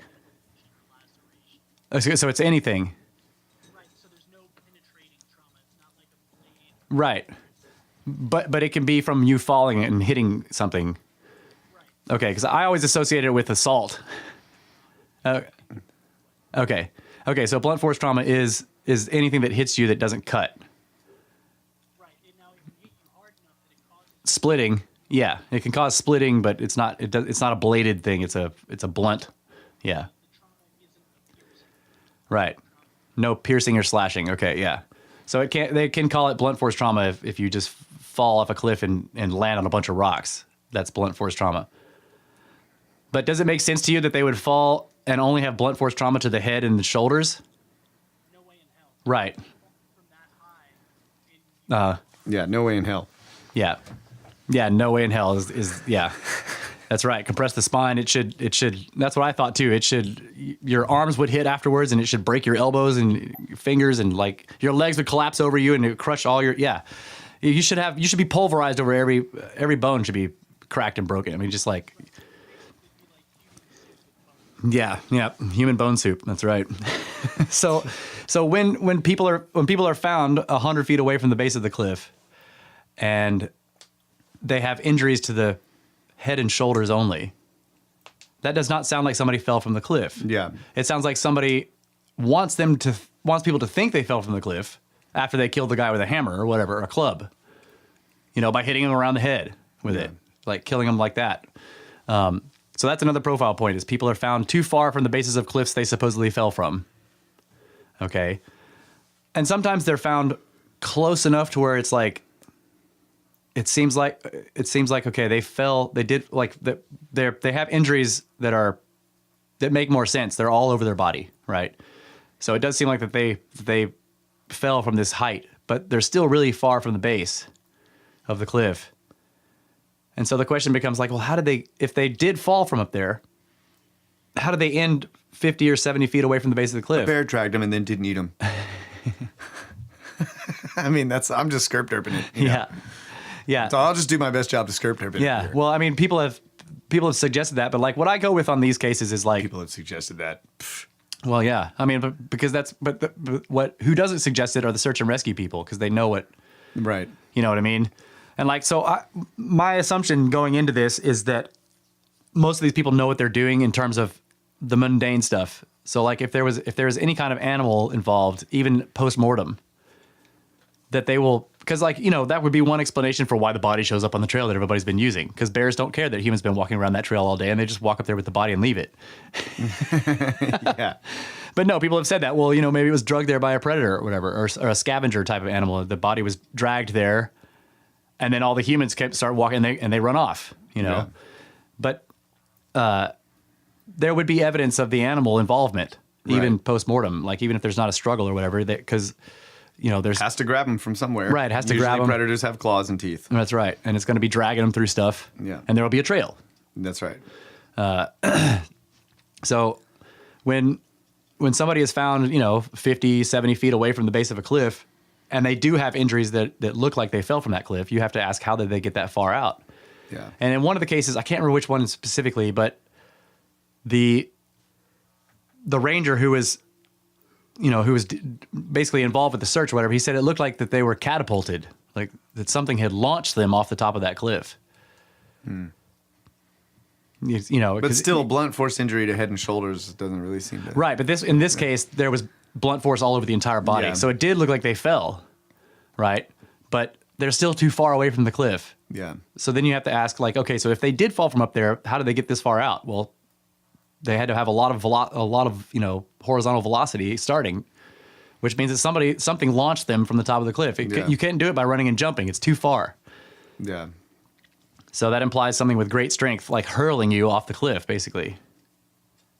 Or maybe a wind gust or something. I don't know. Can a wind gust blow you, like the hurricane wind we were just looking at? Yeah, that could do it. That could blow you. Like, When was the last hurricane wind in the mountains? yeah, In the middle of like never. I don't think hurricanes get into the mountains, do they? no, Yeah. Or tornadoes. unless the mountain is just sticking out of the ocean. Yeah. But then it's like a typhoon or something. Yeah, exactly. So yeah, that's another profile point is that people are. It's staged to look like a falling death, but there's things that are wrong, like they're too far or they don't have the right injuries. A lot of time, another profile point is when the coroner's report says either could not determine cause of death, or they just say exposure, which is sort of a catch-all for we don't know. Yeah, They were outside and they died. they were outside. Yeah, and they when died. So they died from being outside. So that's another profile point is like, yeah, when they say exposure, because the idea of if somebody has disappeared and kind of mysteriously, especially if it's a young child, and it's kind of mysterious, like why did they disappear? And then you get an autopsy done and a coroner's report because you want to know what happened, and they're just like they died because they were outside. Yeah, that kind of tells you. As opposed to cave, Right. Which is they died when they were in a cave. Right. They died from inexposure. Enclosure. Yeah, died from enclosure.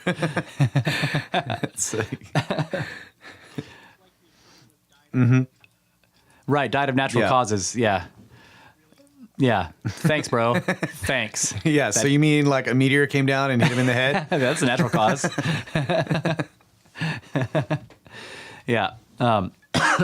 So let's see. I'm trying to think of the other profile points. Well, I know one of them is very small children. Like anytime you're dealing with very small children, like we're talking about 1, 2, even babies, like infants up to say 6. That's too small to even be like, I'm going to run away because I'm a little brat, right? Like they're too small and they can't go that far. And they certainly aren't mountain climbers. Yeah, they are curious though. Yeah. They're curious and naive, so they will leave. Right. But they won't go far. I mean, like physically they cannot, like, you know, like he does this a lot when he's doing conferences. He'll ask the parents, you know, like you all have kids or whoever has kids. Can your kid walk like 10 miles in 12 hours? Right. No. Yeah. Now I've thought before that I'm like, well, that's kind of biased because if the kid is with his parents, of course he wants to be carried. Yeah. Right? That doesn't mean that he can't walk, but he sure is going to act like it just so he could get carried, you know? So there's a bias there that it's the bias caused by the child in the presence of the parent. So the parent is not necessarily the best person to know what the limits of the kid is because when the kid's with the parents, he wants to be carried or whatever, right? He's not, you know, so they might think that he can't walk 200 feet without wanting to be picked up. That doesn't necessarily mean that that's his limits. Right. But physically, there are some where the body is recovered in the amount of time. So like I think I mentioned this one briefly last time, but there was one 2-year-old boy. So he's like a toddler. Okay. And like, think about what that word means in terms of walking. Okay. And he disappears and 19 hours later, so less than 24 hours later, they found him 12 miles away across, and it was 12 miles as the crow flies. It's not 12 miles on the ground because you had to go up a mountain and then to cross the top of the mountain and come back down and go through the valley and cross a river at the bottom of the valley and then go up the next mountainside and across the ridge on top of that one and back down. And he was 12 miles away that way as the crow flies in 19 hours. It's not possible. I mean, it's not even possible for like hardcore, like bushwhacking hammerhead adults to do that, you know? It's just not. I mean, the reason the searchers were able to get out there is because they had planes and helicopters and shit. They weren't walking that far. It's amazing that they're their range even went that far. I know that is one of the weird questions is, and he talks about this. He's like, why were they even out there? Because the search and rescue parameters are like, if you have a child that young, within the first 2 days, they're not going to go. They say that even given weeks, they won't go more than 2 miles away from the original spot. They'll stay within this 2 mile area. So maybe they know something. Right. Somebody at that time, and this case was kind of a while back. I think it was in the 60s or something like that. But somebody at that time, they knew something to make them go that far away. Yeah. And of course, when they found him, he was dead. Then he was missing most of his clothes, and he was, lacerated from head to toe, like he had been dragged through briars or something. But anyway, that's a profile point is very small children or people with disabilities. In other words, people who can't really get around very well on their own. Disappearing without a trace. It's just like, that's just not, it shouldn't be able to happen. An old man with bad knees or a very small child that can barely walk should not be able to vanish without a trace in the deep wilderness. Yeah. And then be found miles and miles and miles and miles away. Not eaten. Right. Not consumed. And this next one isn't really a profile point, but there are cases that he's found with this in it where the person's recovered alive and they either do not remember anything or they have memories, but they're all very vague and dreamlike, and there's not enough memories to really account for how much time they were gone. Like they'll tell you a couple of things, and you're like, well, wait, you were gone for 4 days. Like you should have a lot more to say than, on the first night I slept in a cave, and then I was given some milk. Like you're like, what? So they either don't remember anything at all, or they do remember some stuff, but it just doesn't make any sense. And then there are other ones where they don't seem to have been in an altered state or dream state or whatever of any kind, but the things that they say are just, you're just like, what the fuck are they talking about?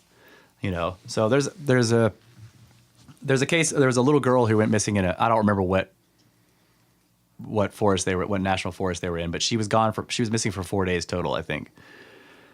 And it wasn't freezing cold in the area where she went missing, but it got down to like the 40s at night, and it was raining the whole time. Like it started to rain. Oh, that's another profile point is like inclement weather, just like out of nowhere, like storms will appear. And they're not storms where like everybody knows that a big snowstorm's coming in, right? Like the person goes missing when everyone has known for the past 5 days that this enormous snowstorm is coming. It's like they go missing and then bam, the snowstorm comes out of nowhere.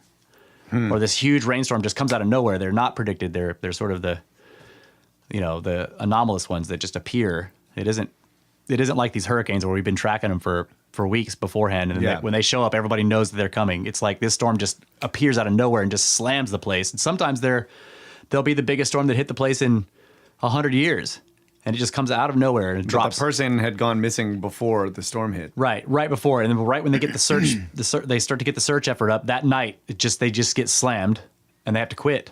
Wow. Wow. Yeah. Wow.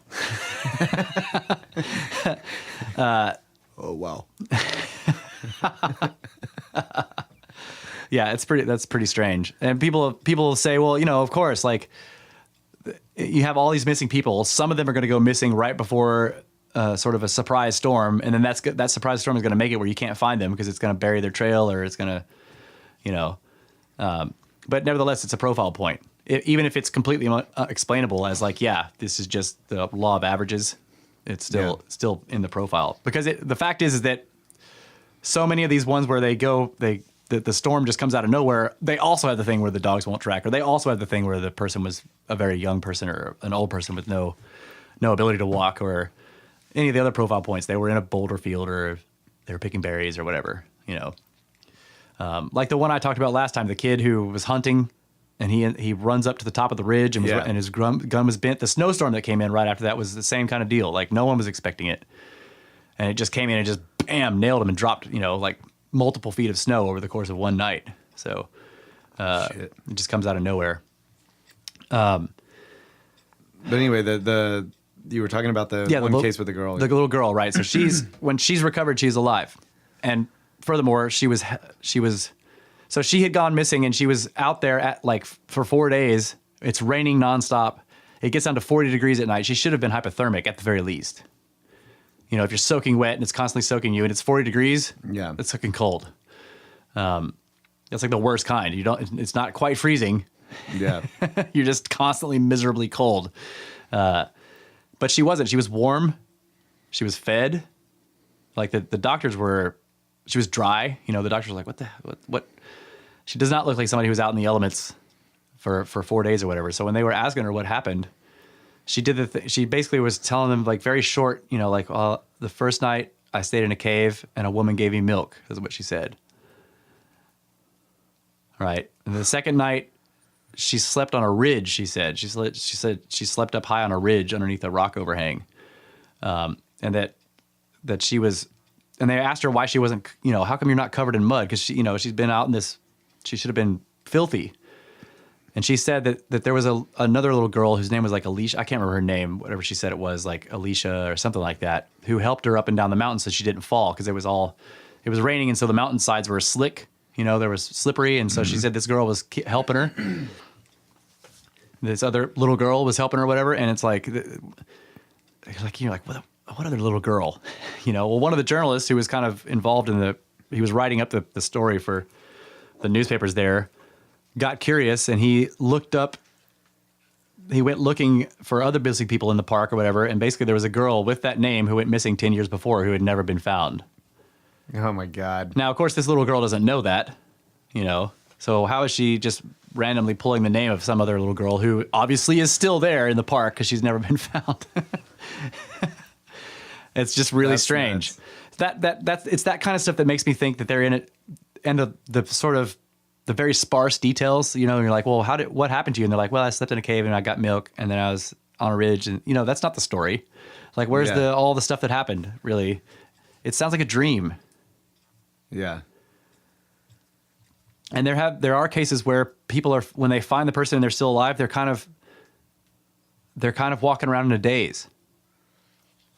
But there was another case where there have been several where the kids are recovered, and they claim to have been like that there was a big dog. They'll either call it a big dog or a bear. You know, let's say the bear man or the dog man or whatever, gave them food and kept them warm at night. You know, like kids say that. Yeah, like when they ask, there was one. Are there adults that ever give stories like this? No, adults are, as far as I know, there's no adults that have been recovered alive. This is another thing. This is not a profile point, but you'll notice as you read it that like the ones who are recovered alive are either ones who cannot talk because they're mute or they're disabled somehow, you know, or maybe they have I don't know, they've got something wrong with their brains so they can't talk. Okay, or they're very, very small, very young, and so whatever they say, people are just like, oh well, they're just a kid. Yeah. So that there's some kind of calculation there. Like, how come no adults have ever been recovered where they're just like, they say these same weird things? They always die. Or if you can recover them, they're like extremely autistic and they don't speak. Yeah. You know, it's like, it's that could imply that something, that whatever's doing this knows it can let this one go without killing them. You know, if its number one priority is to keep its existence and its nature secret, not necessarily to kill people, but it has to kill. It's taking people for some reason that it has to do it. It can't let its own secrets out, so it has to kill them, right? Yeah. But then it wants the search to stop, so it puts the body in a place where it can be recovered. Yeah, so what I was thinking is you have to consider that, once again, like these cases were picked out of all the cases. Right. So, and not even all of them. He hasn't seen all of them yet. Right. But so there must have been some where like the adult went missing and he's looking through here. He's looking through the cases and the adult goes missing and the search party starts and blah, blah, blah. And then they eventually find the guy or girl or whatever. And they get the full story from them. And it's like normal circumstances that are not like, right. phenomenal. Yeah. As yeah, Elias would say. Yeah, the guy's like, oh yeah, I tripped and cracked my ankle and I was crawled into this cave and slept in here and then whatever. Right. Yeah, so it makes it makes enough sense to where he would not have said, wow, this is really strange circumstances. I'm gonna put this in there. Right. So they're just of the cases where people were found alive, didn't have any of these other profile points. Which there are plenty of cases like that in the national parks. There are plenty of cases where people go missing, and it's because they got lost or whatever. And then, that's what I wanted to point out. Yeah, they're eventually found, and they have a normal, mundane story that doesn't have any weirdness in it. Right. So Yeah. of course those aren't picked and put in a book. Right. So they're not picked because they don't match the profile. You know, like he would put something like that in there if it had other profile points. Right. If it had some of this other weird stuff. Yeah, going on. like where they went missing was the boulder field, and the dogs couldn't track But it would him. be required that the story that they gave would have had some impossible shit in it, right? Yeah. Well, I mean, you could have one where the guy went missing in a boulder field and the dogs couldn't track him, but then they eventually find him somehow. Yeah. And he doesn't know anything weird happened, but nevertheless, why did the dogs why couldn't they track you? But they're not. Yeah. Those don't exist. Yeah. So far as we know. Not it hasn't found any like that. Now, but you saying some of that stuff made me remember that there are a couple of cases where these don't look like missing persons cases, though, and this is what's interesting about these. They are because the person was basically missing, but it was by the time they returned, it was too soon. Like, in other words, they hadn't been gone long enough for people to really think, okay, wait, this person hasn't been back in 2 days.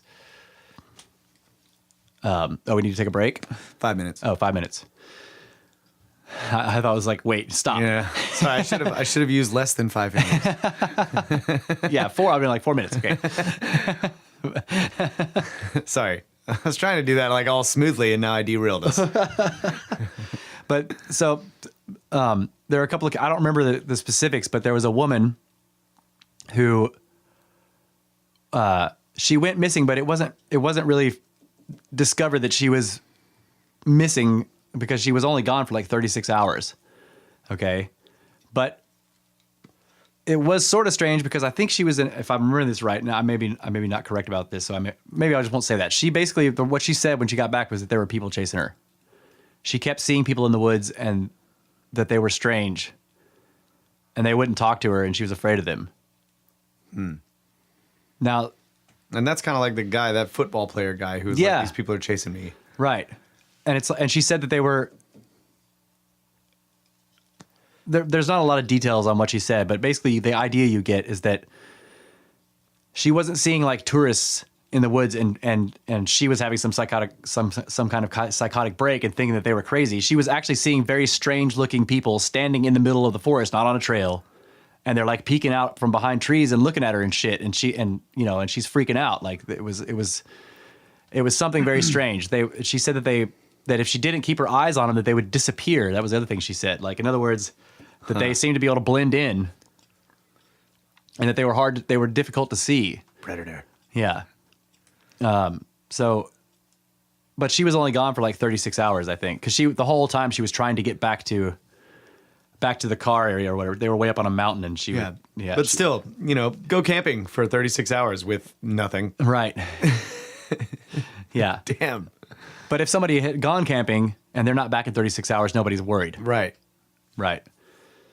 So there are a couple of cases like that. And I was going to mention last No, time. I'm just saying with no equipment. Yeah. Camping with no equipment's hard. Yeah, just go camping. That's called hunter-gathering. But don't bring your butt flapping. Butt flapping. That's what I meant. Yeah, don't bring any equipment. Of course, she said she didn't sleep the whole time because these people are, her main concern was Man, like, darkness coming would have been terrifying. Yes. Oh my God. yeah. Yep. There's also something strange about canines aside from the dogs that won't track. There's something weird with dogs that are owned by the people that go missing. There's a lot of cases where the people go out with their dogs and then 2 days later the dog comes back without the person. Yeah, I think I remember you telling me one where, like, in some of the cases where other people were with the party. Yeah. Right, the person that went missing was with a party of people, and Yeah. they had dogs. Yeah. And one of them was the guy's dog Flips out. just runs off into the woods, right? Yeah. And then he goes off chasing He runs it. after it, Yep. and then takes off his boots at some point. He didn't have any on. Yeah. Oh, that yeah, was in the snow. Well, the one I'm thinking of, because there are many cases like that, but the one I'm thinking of was in California. It was in the desert. So they were they basically had hiked they were doing this 2-day hike. It takes 48 hours to hike all the way out through this trail, right? And so they were in the middle of nowhere, quite literally. They had hiked 24 hours to the middle. Okay. So it was basically they were a day's walk away from anywhere. Okay. And they had made camp in a dry riverbed. It was like sandy dry riverbed or whatever. And he had, they had kicked back. They were going to drink some beers. They had got a fire going. He had taken his boots off because he'd been hiking all day. So, he had stripped down to like basically board shorts. He'd taken his shirt off too. And then night falls or whatever, and they're hanging out. And then his dog just up and bolts off into the desert scrubland. And he takes off after it without putting on any shoes or any shirt. And his friend never sees him again. Hears him out there running around chasing after the dog. That story always struck me as strange because I'm like, who chases the dog? You cannot run faster than that dog, especially in like thick scrublands. Like when somebody's dog runs off, you stand there and go, "Hey, come back here." You don't run after it. I mean, like that just didn't make any sense to me. You know what I mean? Did the dog come back? The dog eventually showed up in the parking lot where the dude's truck was days later. Jeez. And it was real skittish. It wouldn't get near anybody, it was before that it had been extremely friendly. But he was a firefighter from LA County.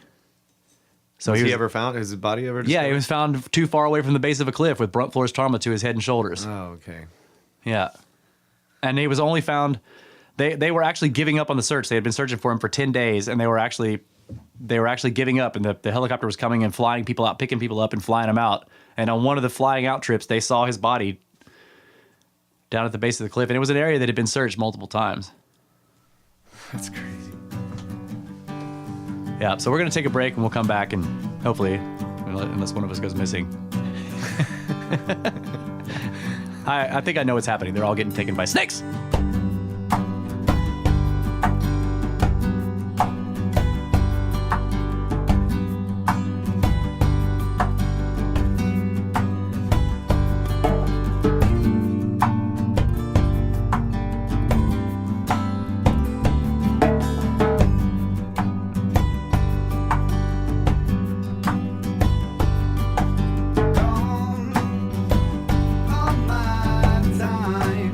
And we didn't go missing because we're back. In the 10 by 10 by 10 tangent cube of science with half our pyramids tied behind our backs just to make it square. We hail from atop the Edwards Plateau. That's right. On the dusty bones of ancient creatures that are long past. Shadows of the other world. Stone bones. Long ago went missing, took off their shoes and died. We're talking about 411, missing people's persons. Yeah. So, I was listening to the... Sam Squanch. Yeah, Sam cases. Squanches. Sam Squanches. I was listening to the last one. Stealthy Sam When I was Squanch. talking about Charles McCullough, the guy who seemed to have died standing up in his pants. Yeah. And you said he fell into a crevasse, and I was like, that could be what happened. Yeah. But it still doesn't quite. I mean, there is. How did he get back out of the crevasse? Well, if there was a crevasse right there, Yeah. and then when the summer comes, the snow melts. Yeah. But I don't think he would have been decomposed enough for his pants to just like accordion straight down.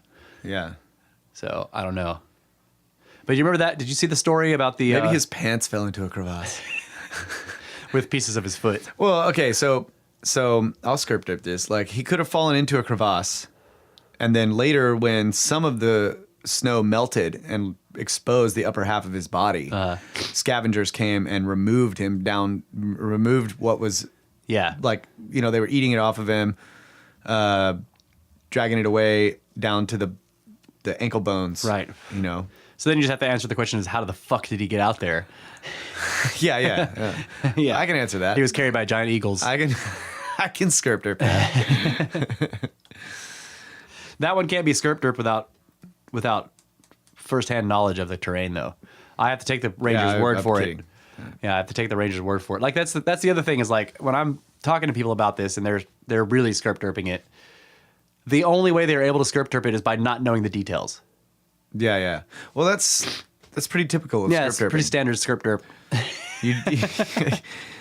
That's what I'm saying. It's like it's almost pointless to get into an argument with someone who is ignorant of Yeah. what you're talking about. Right, but you don't know that they're ignorant until you're like, you hear them say that, and you're like, "What are you talking about?" Like that, you give them some details, and they're like, "Oh, well, and you find out that they don't know." Right.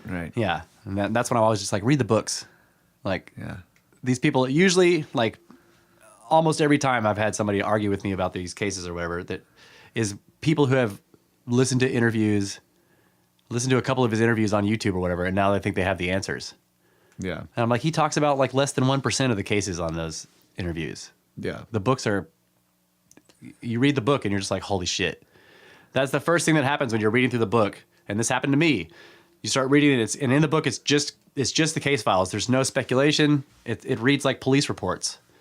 Paulides is not really authoring a book. He's just putting down all these reports. Publishing the reports. Right. Yeah. And I mean, he does connect them all together because he's getting them from multiple sources.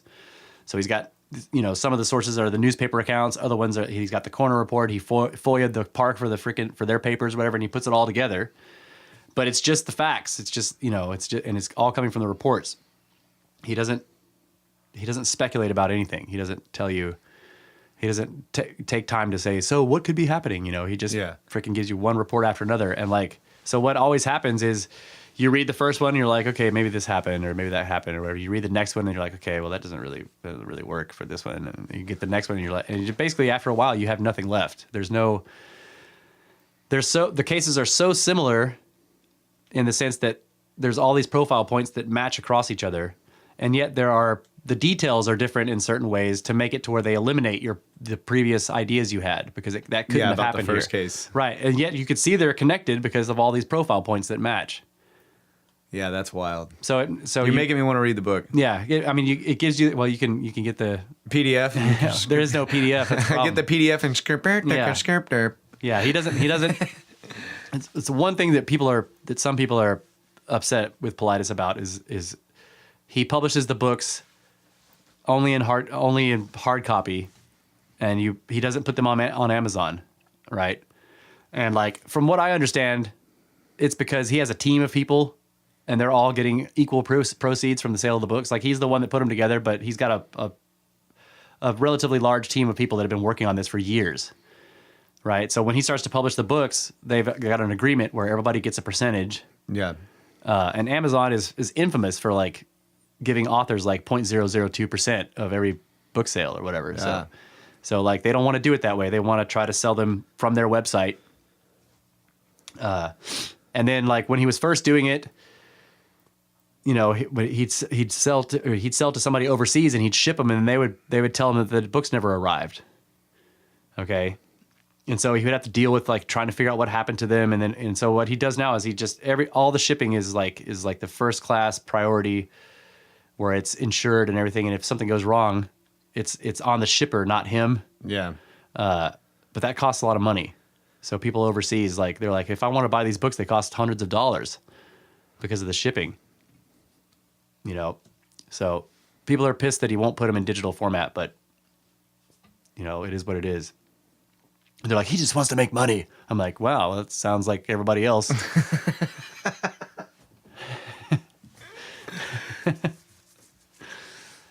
I mean, you're mad because you don't want to spend the money that you made, right? And it's kind of the same thing. Yeah.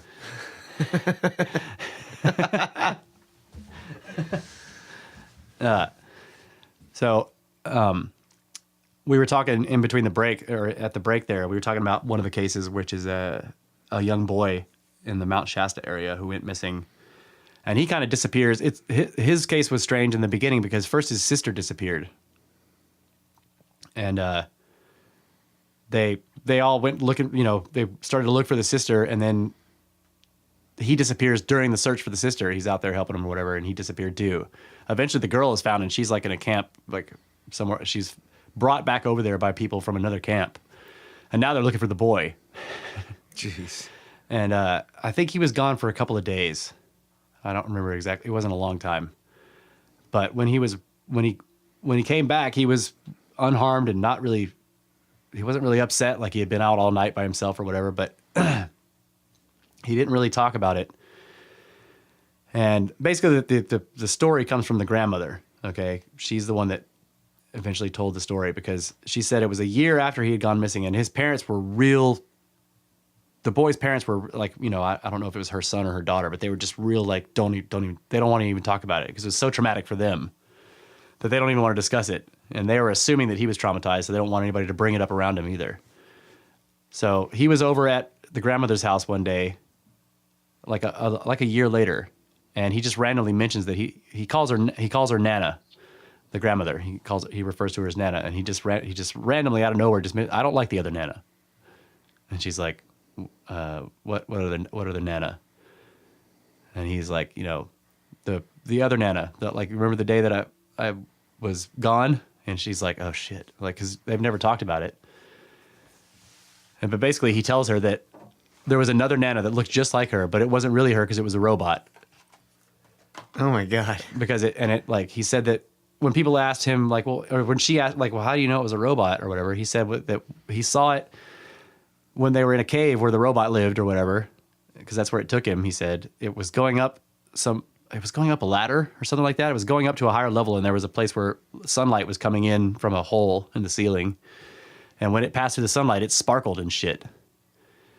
And the way that she described him describing the sparkles, I kind of got more of an electricity scent, like it was you know what I mean? Like he said sparkling, but he really meant sparking.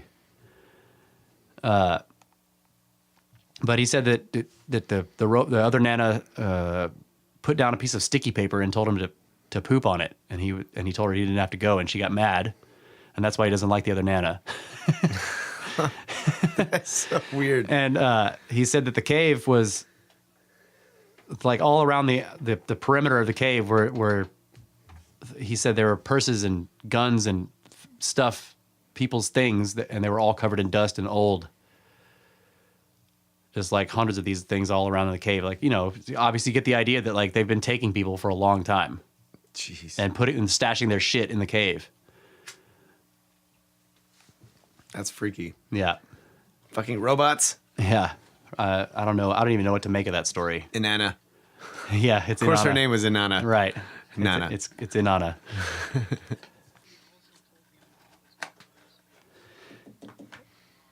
Yeah. I don't remember that being in the original report. Where did you get that? It's actually from the recount from the book on this Okay. Yeah, there's another part where it's supposedly that they told him that he was put in his mother's stomach by the robots or whatever, so he wasn't from here. I remember reading the case in one of the books, but I don't remember that part being in it. But I also remember seeing it all over the internet, and I can't remember because I remember that this was posted on ATS. This story was posted on ATS, and I remember reading it there. There was a lot of discussion about it there, and people were talking about aliens and robots and shit. But I don't know. It's hard to tell sometimes where the mythology starts, because Mount Shasta is so crammed with, it's surrounded by all these legends. I mean, people believe that an entire civilization lives beneath it, and they're the Lemurians, and they're like a humanoid / alien race or whatever. I'm just like, I don't know. There's So what's the deal with this mountain? Like, tell me more about it. Shasta is just it's just a special place. Like when you go there, supposedly. Where is it? It's in California. All right, let's go. And Let's slither over there. yeah, so they're over there, and Mount Rainier is the same way. They're both like this. They have legends. What? Yeah, it's in Washington State. Rainier's in Washington State, and Shasta. So they're like extreme ends of the country, north and south. Like Shasta's down south, the lower end, and Rainier is all the way up north at the upper end of the United States. But they're on the west coast, and like they both have very strange legends of there being a city or a civilization or a people that live beneath it and have been there for tens of thousands of years. That they moved down there when some giant cataclysm was coming long ago, and they've just never emerged because they like it so much. Where did these legends come from? The Indians? Well, I mean, the natives. I mean, yeah, they said they like being called American Indians. okay, sorry. Because they're like everyone's a native. If you're born here, you're a freaking native. So calling us Native Americans is not. So we like American Indian. Yeah, Yeah, sorry. which I thought was cool. That's Yeah, good. because I mean, dude, I'm a native. was born here. Hell yeah. Native American. So yeah, where do these legends stem from? Okay, so the American Indians do have legends of civilizations living inside of mountains. And they have. They probably have a name for Mount Shasta that's way cooler than Mount Shasta. Yeah. Probably like. And they probably don't call whatever lives in there the Lemurians either. Devil's Tower or Yeah. the mountain of the dark god. Yeah. Yeah. But as far as like, I know that Rainier and Shasta were considered sacred places by the natives. That they are places where the veil is thin. Oh yeah. There was a case where, and this was Shasta, an old woman, like her husband had died. She was in her 60s or whatever, and she went up on this kind of a hippie sort of like outing tour / thing that was led by an American Indian chief. Okay, so he took people out, and they went to this beautiful valley where it was up high on the mountain or whatever, but it was kind of a bowl shape, and there was a lake at one end, or it's not a huge lake, it's like a pond. It was in between a lake and a pond, I guess. But they had some cabins there, and they would stay there, and they would basically try to do this. It's basically, people trying to sort of do the Native American like wellness stuff, like the meditation type of things that they do. And he would take them up there and sort of teach them how to do it. And so she Medicine man. Yeah, so she was doing this because Shaman. her husband, basically her life partner, somebody she had been with for her entire life, had just passed away, and she was lost spiritually. Yeah. She just didn't know what to do. So she went on this retreat with this guy, hoping that it would kind of revitalize her and sort of tell her what was next. And she went missing, and it's kind of this is one of the cases where you can't really go missing from the area. It's a bowl, right? It's everything's kind of down inside of this bowl, and she was an old woman who didn't get around very well. And like everybody was going to go on a hike, and she was like, well, I'm too tired to really go on a hike or whatever, but I think I'll just sit down by the lake. And they had chairs kind of set out there. She was going to sit down there and read. And when they came back, she was gone, and they've never found her. I mean, she's just never been found. And she even told, let's see, there was some other details. Like there was a young boy who was also kind of like not all into hiking everywhere or whatever. And he had said that he might want to stay back too, and she invited him to come hang out with her down at the lake. So that kind of indicates to people that she wasn't suicidal. You don't invite a child along if you're planning to kill yourself. Yeah. But he eventually decided to go on the hike. She also went to there was a cook, kind of like a camp cook or whatever. She went to him, and he made her a bunch of sandwiches and everything before she went down to the lake. So it just really didn't seem like she was trying to kill herself. Yeah. Now people have said like, well, she got a bunch of sandwiches. Maybe she was just going to walk off into the woods, and I'm like, what? And just survive with sandwiches? Like what? What? I don't understand the point of that. Like, yeah, she got a bunch of supplies so that she could hike off into the woods to do what? Yeah. And someone that's trying to, or attempting to go on a spirit journey, or, do some wellness practices. That's not suicidal tendencies. Right. That's somebody who's trying to find reasons to stay here. Like that they want to get their excitement for life back. They may be depressed, but they're not suicidal. Yeah. But what was the most interesting thing about that case was what the Native American said, the chief. He said this very strange thing that he thinks she went to Devil's Back Ridge or something like that. And there's no geological formation anywhere in the area that's named anything like that. Okay. But he said that he basically thought, and what it turns out is that there's this idea by the natives that there's a gate down there somewhere by that lake, like a spirit gate. Holy shit. That if everything is correct, if all the circumstances are right, that you can pass through it, and then you'll be on the ridge. Huh. So that was an interesting case. There are the ones that I find the most fascinating are ones where it's like, this can't happen. Like you kind of get close with the 2-year-old that goes many, many miles, but I guess you could still decide that like he was just like this like bushwhacking prodigy and Freaking hammerhead in the yeah, making, man. hammerhead prodigy or whatever, and he was just like out there hiking, you know. But there are some cases where it's just not possible. Like there's and also a lot of the more recent cases that people are caught on CCTV, you know. So there's cameras everywhere, and it's just like there's one case of a guy who goes into a bar. Now this like as time has progressed, he's gotten more. He started out in very remote places, but now that he's got the profile built, he's been moving more into rural areas and then into like the suburban, right, areas or whatever. And so like at this point, he's finding cases in like small college towns and shit like that still match the profile, that still fit and that are still very mysterious. And one of them, a big group of friends, they're having kind of a graduation celebration or whatever, but they're bar hopping basically. Okay. They all go into this bar, and there's multiple cameras on the entrance of the bar. There's multiple cameras on the inside of the bar. So they have all this footage they have the footage of him and all his friends. They all go in. There's footage of all them being in there, milling around or whatever. Later, there's footage of him outside of the bar in front of the entrance with a couple of people. He's talking to them or whatever. Then they go back inside. He goes back inside. And that's it. That like. He's never come out of that bar, according to the cameras, and he's never been found. So, like, that one was weird to me because I'm just like, man, it would be weird to work there. Like, because you're like, he's still in here somewhere. I'm sorry, I'm laughing at that. It's strange, right? He's still in here. Yeah. I mean, because, according to the cameras, and they watched hundreds of hours of footage, and he just doesn't ever come back out of the bar.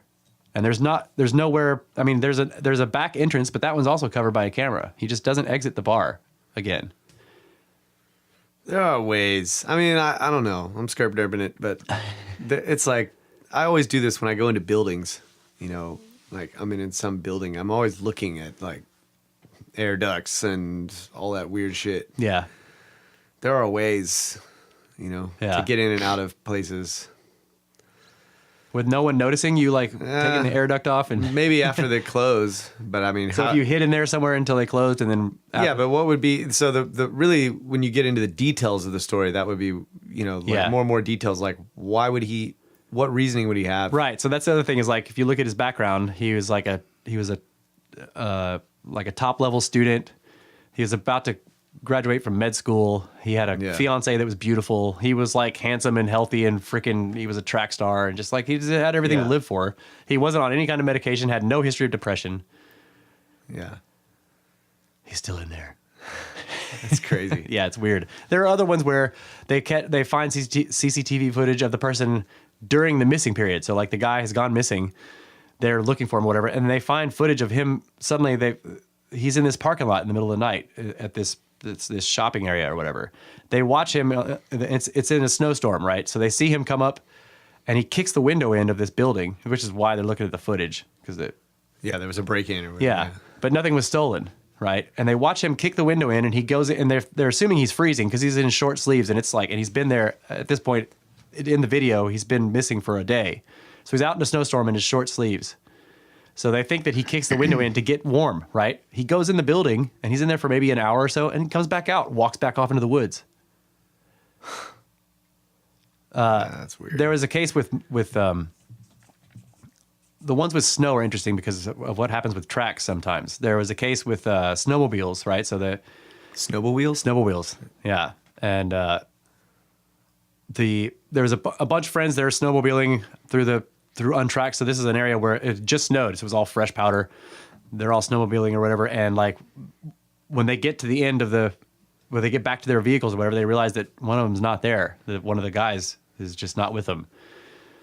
So they're like, what the hell? So they turn around and maybe he crashed and he was in the back or whatever. So they go back down the trail they were coming from and they find his snowmobile. Like he had gone off the track because they were basically leaving a big track, right? Right. He had gone off that track. Like he stopped following them for whatever reason. His snowmobile track goes down into this like depression area. It's not really a valley, but it was a sunken area or whatever, and it runs into a tree. It was still running when they found it. It was still on. It wasn't damaged, so he didn't run into it very hard. But he wasn't on it, and there were no tracks going away from the snowmobile. So like he just got plucked right off the snowmobile, like and the snowmobile just kept going into the tree. Ran into the tree. But like when you That's crazy because like they're like four wheelers. Yeah. You let your hand off the throttle and they stop. Right. Yeah. It didn't. I didn't go far. It went down this depression and ran into a tree, which Yeah. would make sense if it was a Yeah, four-wheeler. I guess so. And they're heavy, so Yeah. it has some. But yeah, that was very strange. Like you couldn't because of the freshly packed or the fresh snow, you can't leave that snowmobile and not make a trail. Right. Like if he could have walked down the trail that he made, but there would be footprints. He got picked up by a giant eagle. They're gonna find one tooth at the top of a tree. Yeah, that's right. There was another They'll one. find that tooth and be like, coroner's report, blunt Yeah. force trauma to Right. everything. Blunt force trauma from exposure.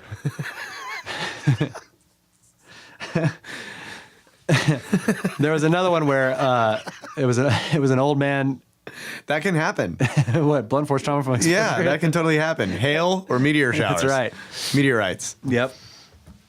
Yep, that's totally right. That reminds me. This is not missing 411, but maybe it should be. They found there's a lake in the Himalayas. I think so it's up in the Himalayas, so it's a remote area, like really remote, and it's basically a meltwater lake. Okay, so during most of the time it's frozen solid. Okay, but during Yeah. a short period of summertime up in the Himalayas or whatever, it'll kind of melt into a large puddle. It's never very deep. Okay, but it's pretty big. It's full of bodies, like it's full of corpses. Human corpses? Yeah. What? And but Skeletons? it's so far up there that like the first They time don't decompose? The first time it was reported, it was just like people were like, what, and then the next time somebody reported it or whatever, it was like decades later, and they're like, yeah, there's a big puddle up there that's full of people. Oh my God. Anyway, they've more recently they've confirmed that it's true, and the people that are in there have been up there for hundreds of years at least. It appears that they were they were trying to cross the mountains. They were maybe they were refugees or something. They were they didn't have wagons and stuff, but there was a large group of people trying to cross through the mountains, and they all died in this one spot. And all of them have blunt force trauma to the head and shoulders area. All of them. What? So the speculation with this is that it was like hail. Massive hailstorm that melted into a lake. But my problem with that is like hailstorms don't stop as soon as you die. Oh, yeah. So you should have impacts all over your body. Like if yeah. you fall down, it should Yeah. continue to break it, Like it's still weird. And like Sherlock Holmes, bro. It's a good call. As soon as you die, the hail stops. That's right. It's killed by hail. The hail stops as soon as you die. It's trying to kill you. Skeleton Lake. It's what? It's in India. That's close to the Himalayas, right? Rupkund. Rupkund. It's Rupkund, India. Rupkund, India. Yeah, that's a weird one. Skeleton. Yeah. Skeleton Lake, Rupkund, India. They all got killed from the hail. And as soon as they died, the hail stopped. Yeah. Right. To me, it seems like somebody killed them, but it still kind of begs the question: like, what can kill hundreds of people? Like how you would have to have an army, and there would be evidence of that. It seems. The meteors stop as soon as you die. That's right. Blunt force trauma from exposure. See, it does happen. Yeah. That lake is obviously alive. It's pretending to be a lake whenever we get up there. But if you go up there by yourself, it's going to hit you in the back of the head, and then you're going to fall into it and slowly be decomposed over like thousands of years. I Like get the it. Sarlacc. I know what happened. They all died from something else. No blunt force trauma. Okay. And then the precipitation happens that forms this lake, and then their bodies begin to float. Right? Uh-huh. And so their heads are like right on the surface of the water, and then it freezes. And it cracks so their it skulls. cracks all their skulls. But the rest of their body doesn't, because it's all the flesh all around. Yeah. And your shoulders and everything are, maybe not so flexible. Like Yeah, these that bones. makes sense. Like you're saying that the skulls were cracked by ice. By the ice after they were they Yeah, died. but I mean, again, that would be like, what is blunt force trauma? Like, it sounds to me like impacts from like, so you'll have a, what looks like an impact area that's broken, not But I mean- not squeezed. Yeah, but if you were to look, let's say you discover a skeleton, and it's like pretty much fully intact, or even some of the flesh is still on it, but the skull is just like cracked all over. It's like it looks like it got crushed. But it could have been ice that crushed it. Yeah, that's true. But That's assuming that I don't know. The other There problem- could be some flaws in that. the other because- problem, well, yeah, the main one I'm thinking of right now is like corpses floating is very short period of time. Most of the time they're on the bottom. They float during the bloating of the, Right, that's what I meant. I was like, something killed them, like the snowstorm. They all died of exposure. And then, wait. Yeah, so they're frozen. Then the snow melts. Then Right. they bloat. The snow melts for a very short period. All right, I'm skirping over the shit out of this. The snow melts for a very short period. And They then allow they the decomposition to begin. So and then they float, and then it freezes again. Yep. And it cracks about all that their for heads some in the same show? way. so they've like taken some of them out, and they're hundreds of years old. Like, how do Yeah. they know? What are they wearing? Who are they? Nobody knows that. I mean, like they're Is it men, women, children? Yeah. It's all. it's everybody. Yeah, men, women, crazy. children. It's everybody. It looks like a whole, but they don't seem to have any possessions now. They could have been robbed, but it seems like they're up in the middle of nowhere in the mountains. It's like they were running from something. They were fleeing a war or whatever. They were Yeah. They're refugees, and they just all died up there. It's crazy. And I mean, the initial idea was that they had been killed by somebody because of Yeah. all the similar wounds or whatever. But that was eventually ruled out, and I can't remember why. But they were eventually able to say like, no, that no one killed them. It wasn't. It was something else, and so they started to try to come up with natural explanations. What does Roopkund mean, Brett? He gone. Oh, there he is. Yeah, but is there a translation of it or yeah. something? Well, we're getting up on the end of the show here too. We don't know what Roopkund means, but Brett's gonna be looking for it. Well, I think there's one missing case that strikes me the most as being like, this one can't be explained, can't be skirp-derped really, which is one of the reasons why I find it the most fascinating. There's like in Europe, in the Alps and shit, there are villages that are built specifically for, they're not old, they're basically modern. They were put there in modern times.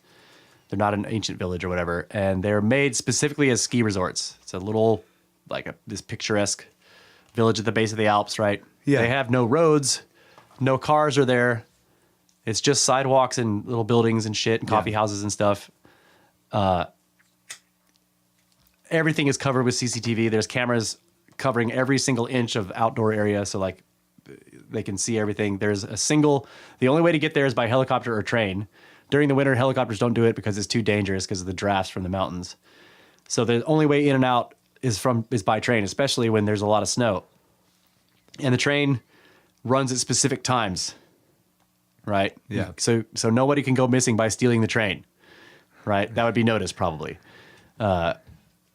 There's a case where a family from the UK, so they're kind of a upper class family. They would have been nobles a long time ago, but they're just wealthy or whatever. And so that they have a son he's in his mid 20s, something like that. Yeah.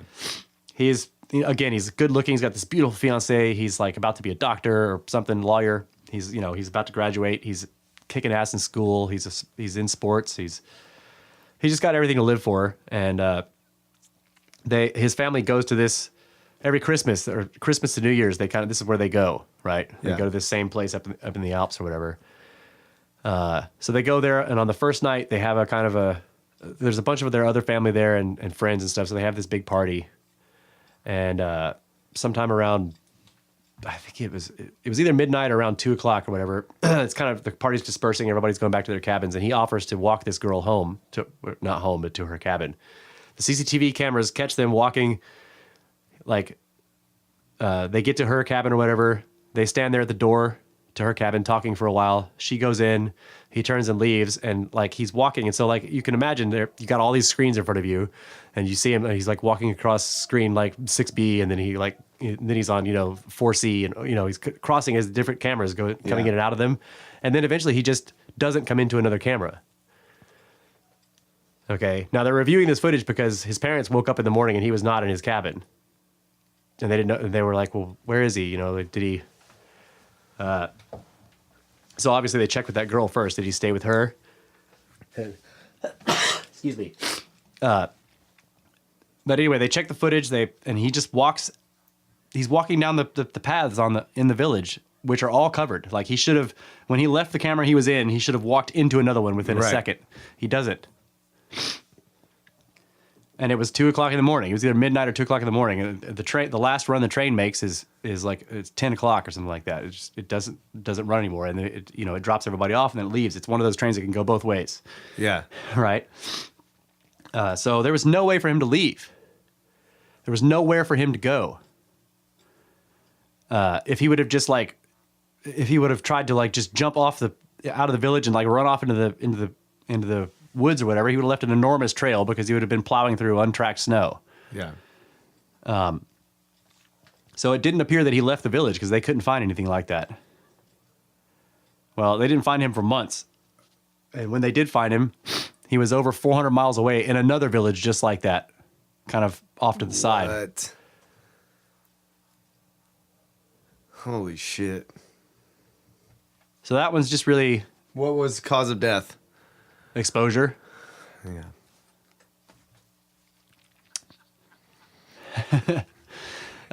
There are also some newer cases he's been looking at where they find the bodies in water, but the people didn't die from drowning. Oh, yeah. I remember you telling me about those. And sometimes they float weird. Like there are specific, like a male corpse will always float face up, or wait, face down. A female will always float face up. Yeah. Right during the floating period or whatever. And it's always like that. Like what happens to a dead body in water is like you can time things off of it really well because it's all very, very systematic. Right. But they found people floating head up, like bobbing up and down in the water like a cork. That was one of the weirdest ones. The guy is dead and he was floating head and shoulders out of the water, like in this little pond, like a cork, like coming up and down. Yeah. It's fucking strange. If that water froze, his head would get crushed. Just saying.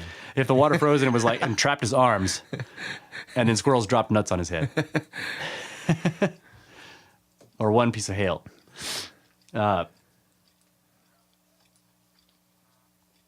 So there's more to discuss, and then we can go into like what is happening, which nobody knows. But that's about it for this week. I keep running out of time because I keep getting distracted.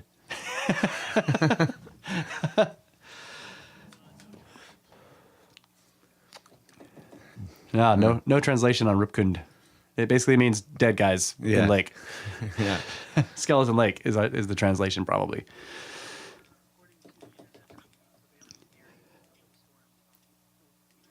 Yeah. Right. That was, the hailstorm killing people is the most recent theory, which is the one that I was like, well, if there was a hell big enough to crack their skulls, it should have cracked other stuff too after they fell down from having their skull cracked. Yeah, at least a couple of ribs. Yeah. Right. Not even, yeah. I mean, unless they were wearing like big furs and stuff with their heads exposed. I don't know. Yeah. Still. Why would your head be exposed? Yeah. Anyway. Or if you saw you see the first guy die like that, you put stuff over your head. Yeah. Yeah, I think something killed him. Someone. It wasn't an act of nature. Or it was a single lightning bolt, right? It was one lightning bolt and just blew all their skulls. Yeah, just blew their minds. And they're still there. So yeah, that's it. Thank you guys very much for listening. And you can go to the blog and comment, tell us we're dumb, at brothersoftheserpent.blogspot.com. And you can email us at brothersoftheserpent@gmail.com. And then after you're done telling us we're dumb on the blog, then you can go to Google Play and Apple iTunes. And tell us we're awesome. Yeah, that's right. Tell everybody else we're awesome. You can tell us we're dumb. Tell everybody else we're badass. That's right. You never Thanks a heard lot, folks. that? Yeah, you never heard that? You know, if you don't have anything good to say, don't fucking say it. That's what we're like on the reviews. Yeah. Right. Only on the reviews. Yeah. If you don't have anything good to say, you can say it on the blog. Let's say it on the blog. Right. Yep. Thanks to AWACS Production, Aetherium Studios, Kyle and Ty for the music, the bumper music. Thanks to Laura for the intros. Thanks to RK Enterprises and all you people out there listening. Thank you very much. And thanks to Brett. Thanks Official to Brett, Show Observer. our official show observer, keeping us on the straight and narrow. in terms of First facts. time. First full show. That's right. Not even a full show. Really. Not even a full show. Missed the second segment. Yeah, the segments we got stuff wrong, he wasn't here. All right. Good night, Adamu. Get back to work. Snakes.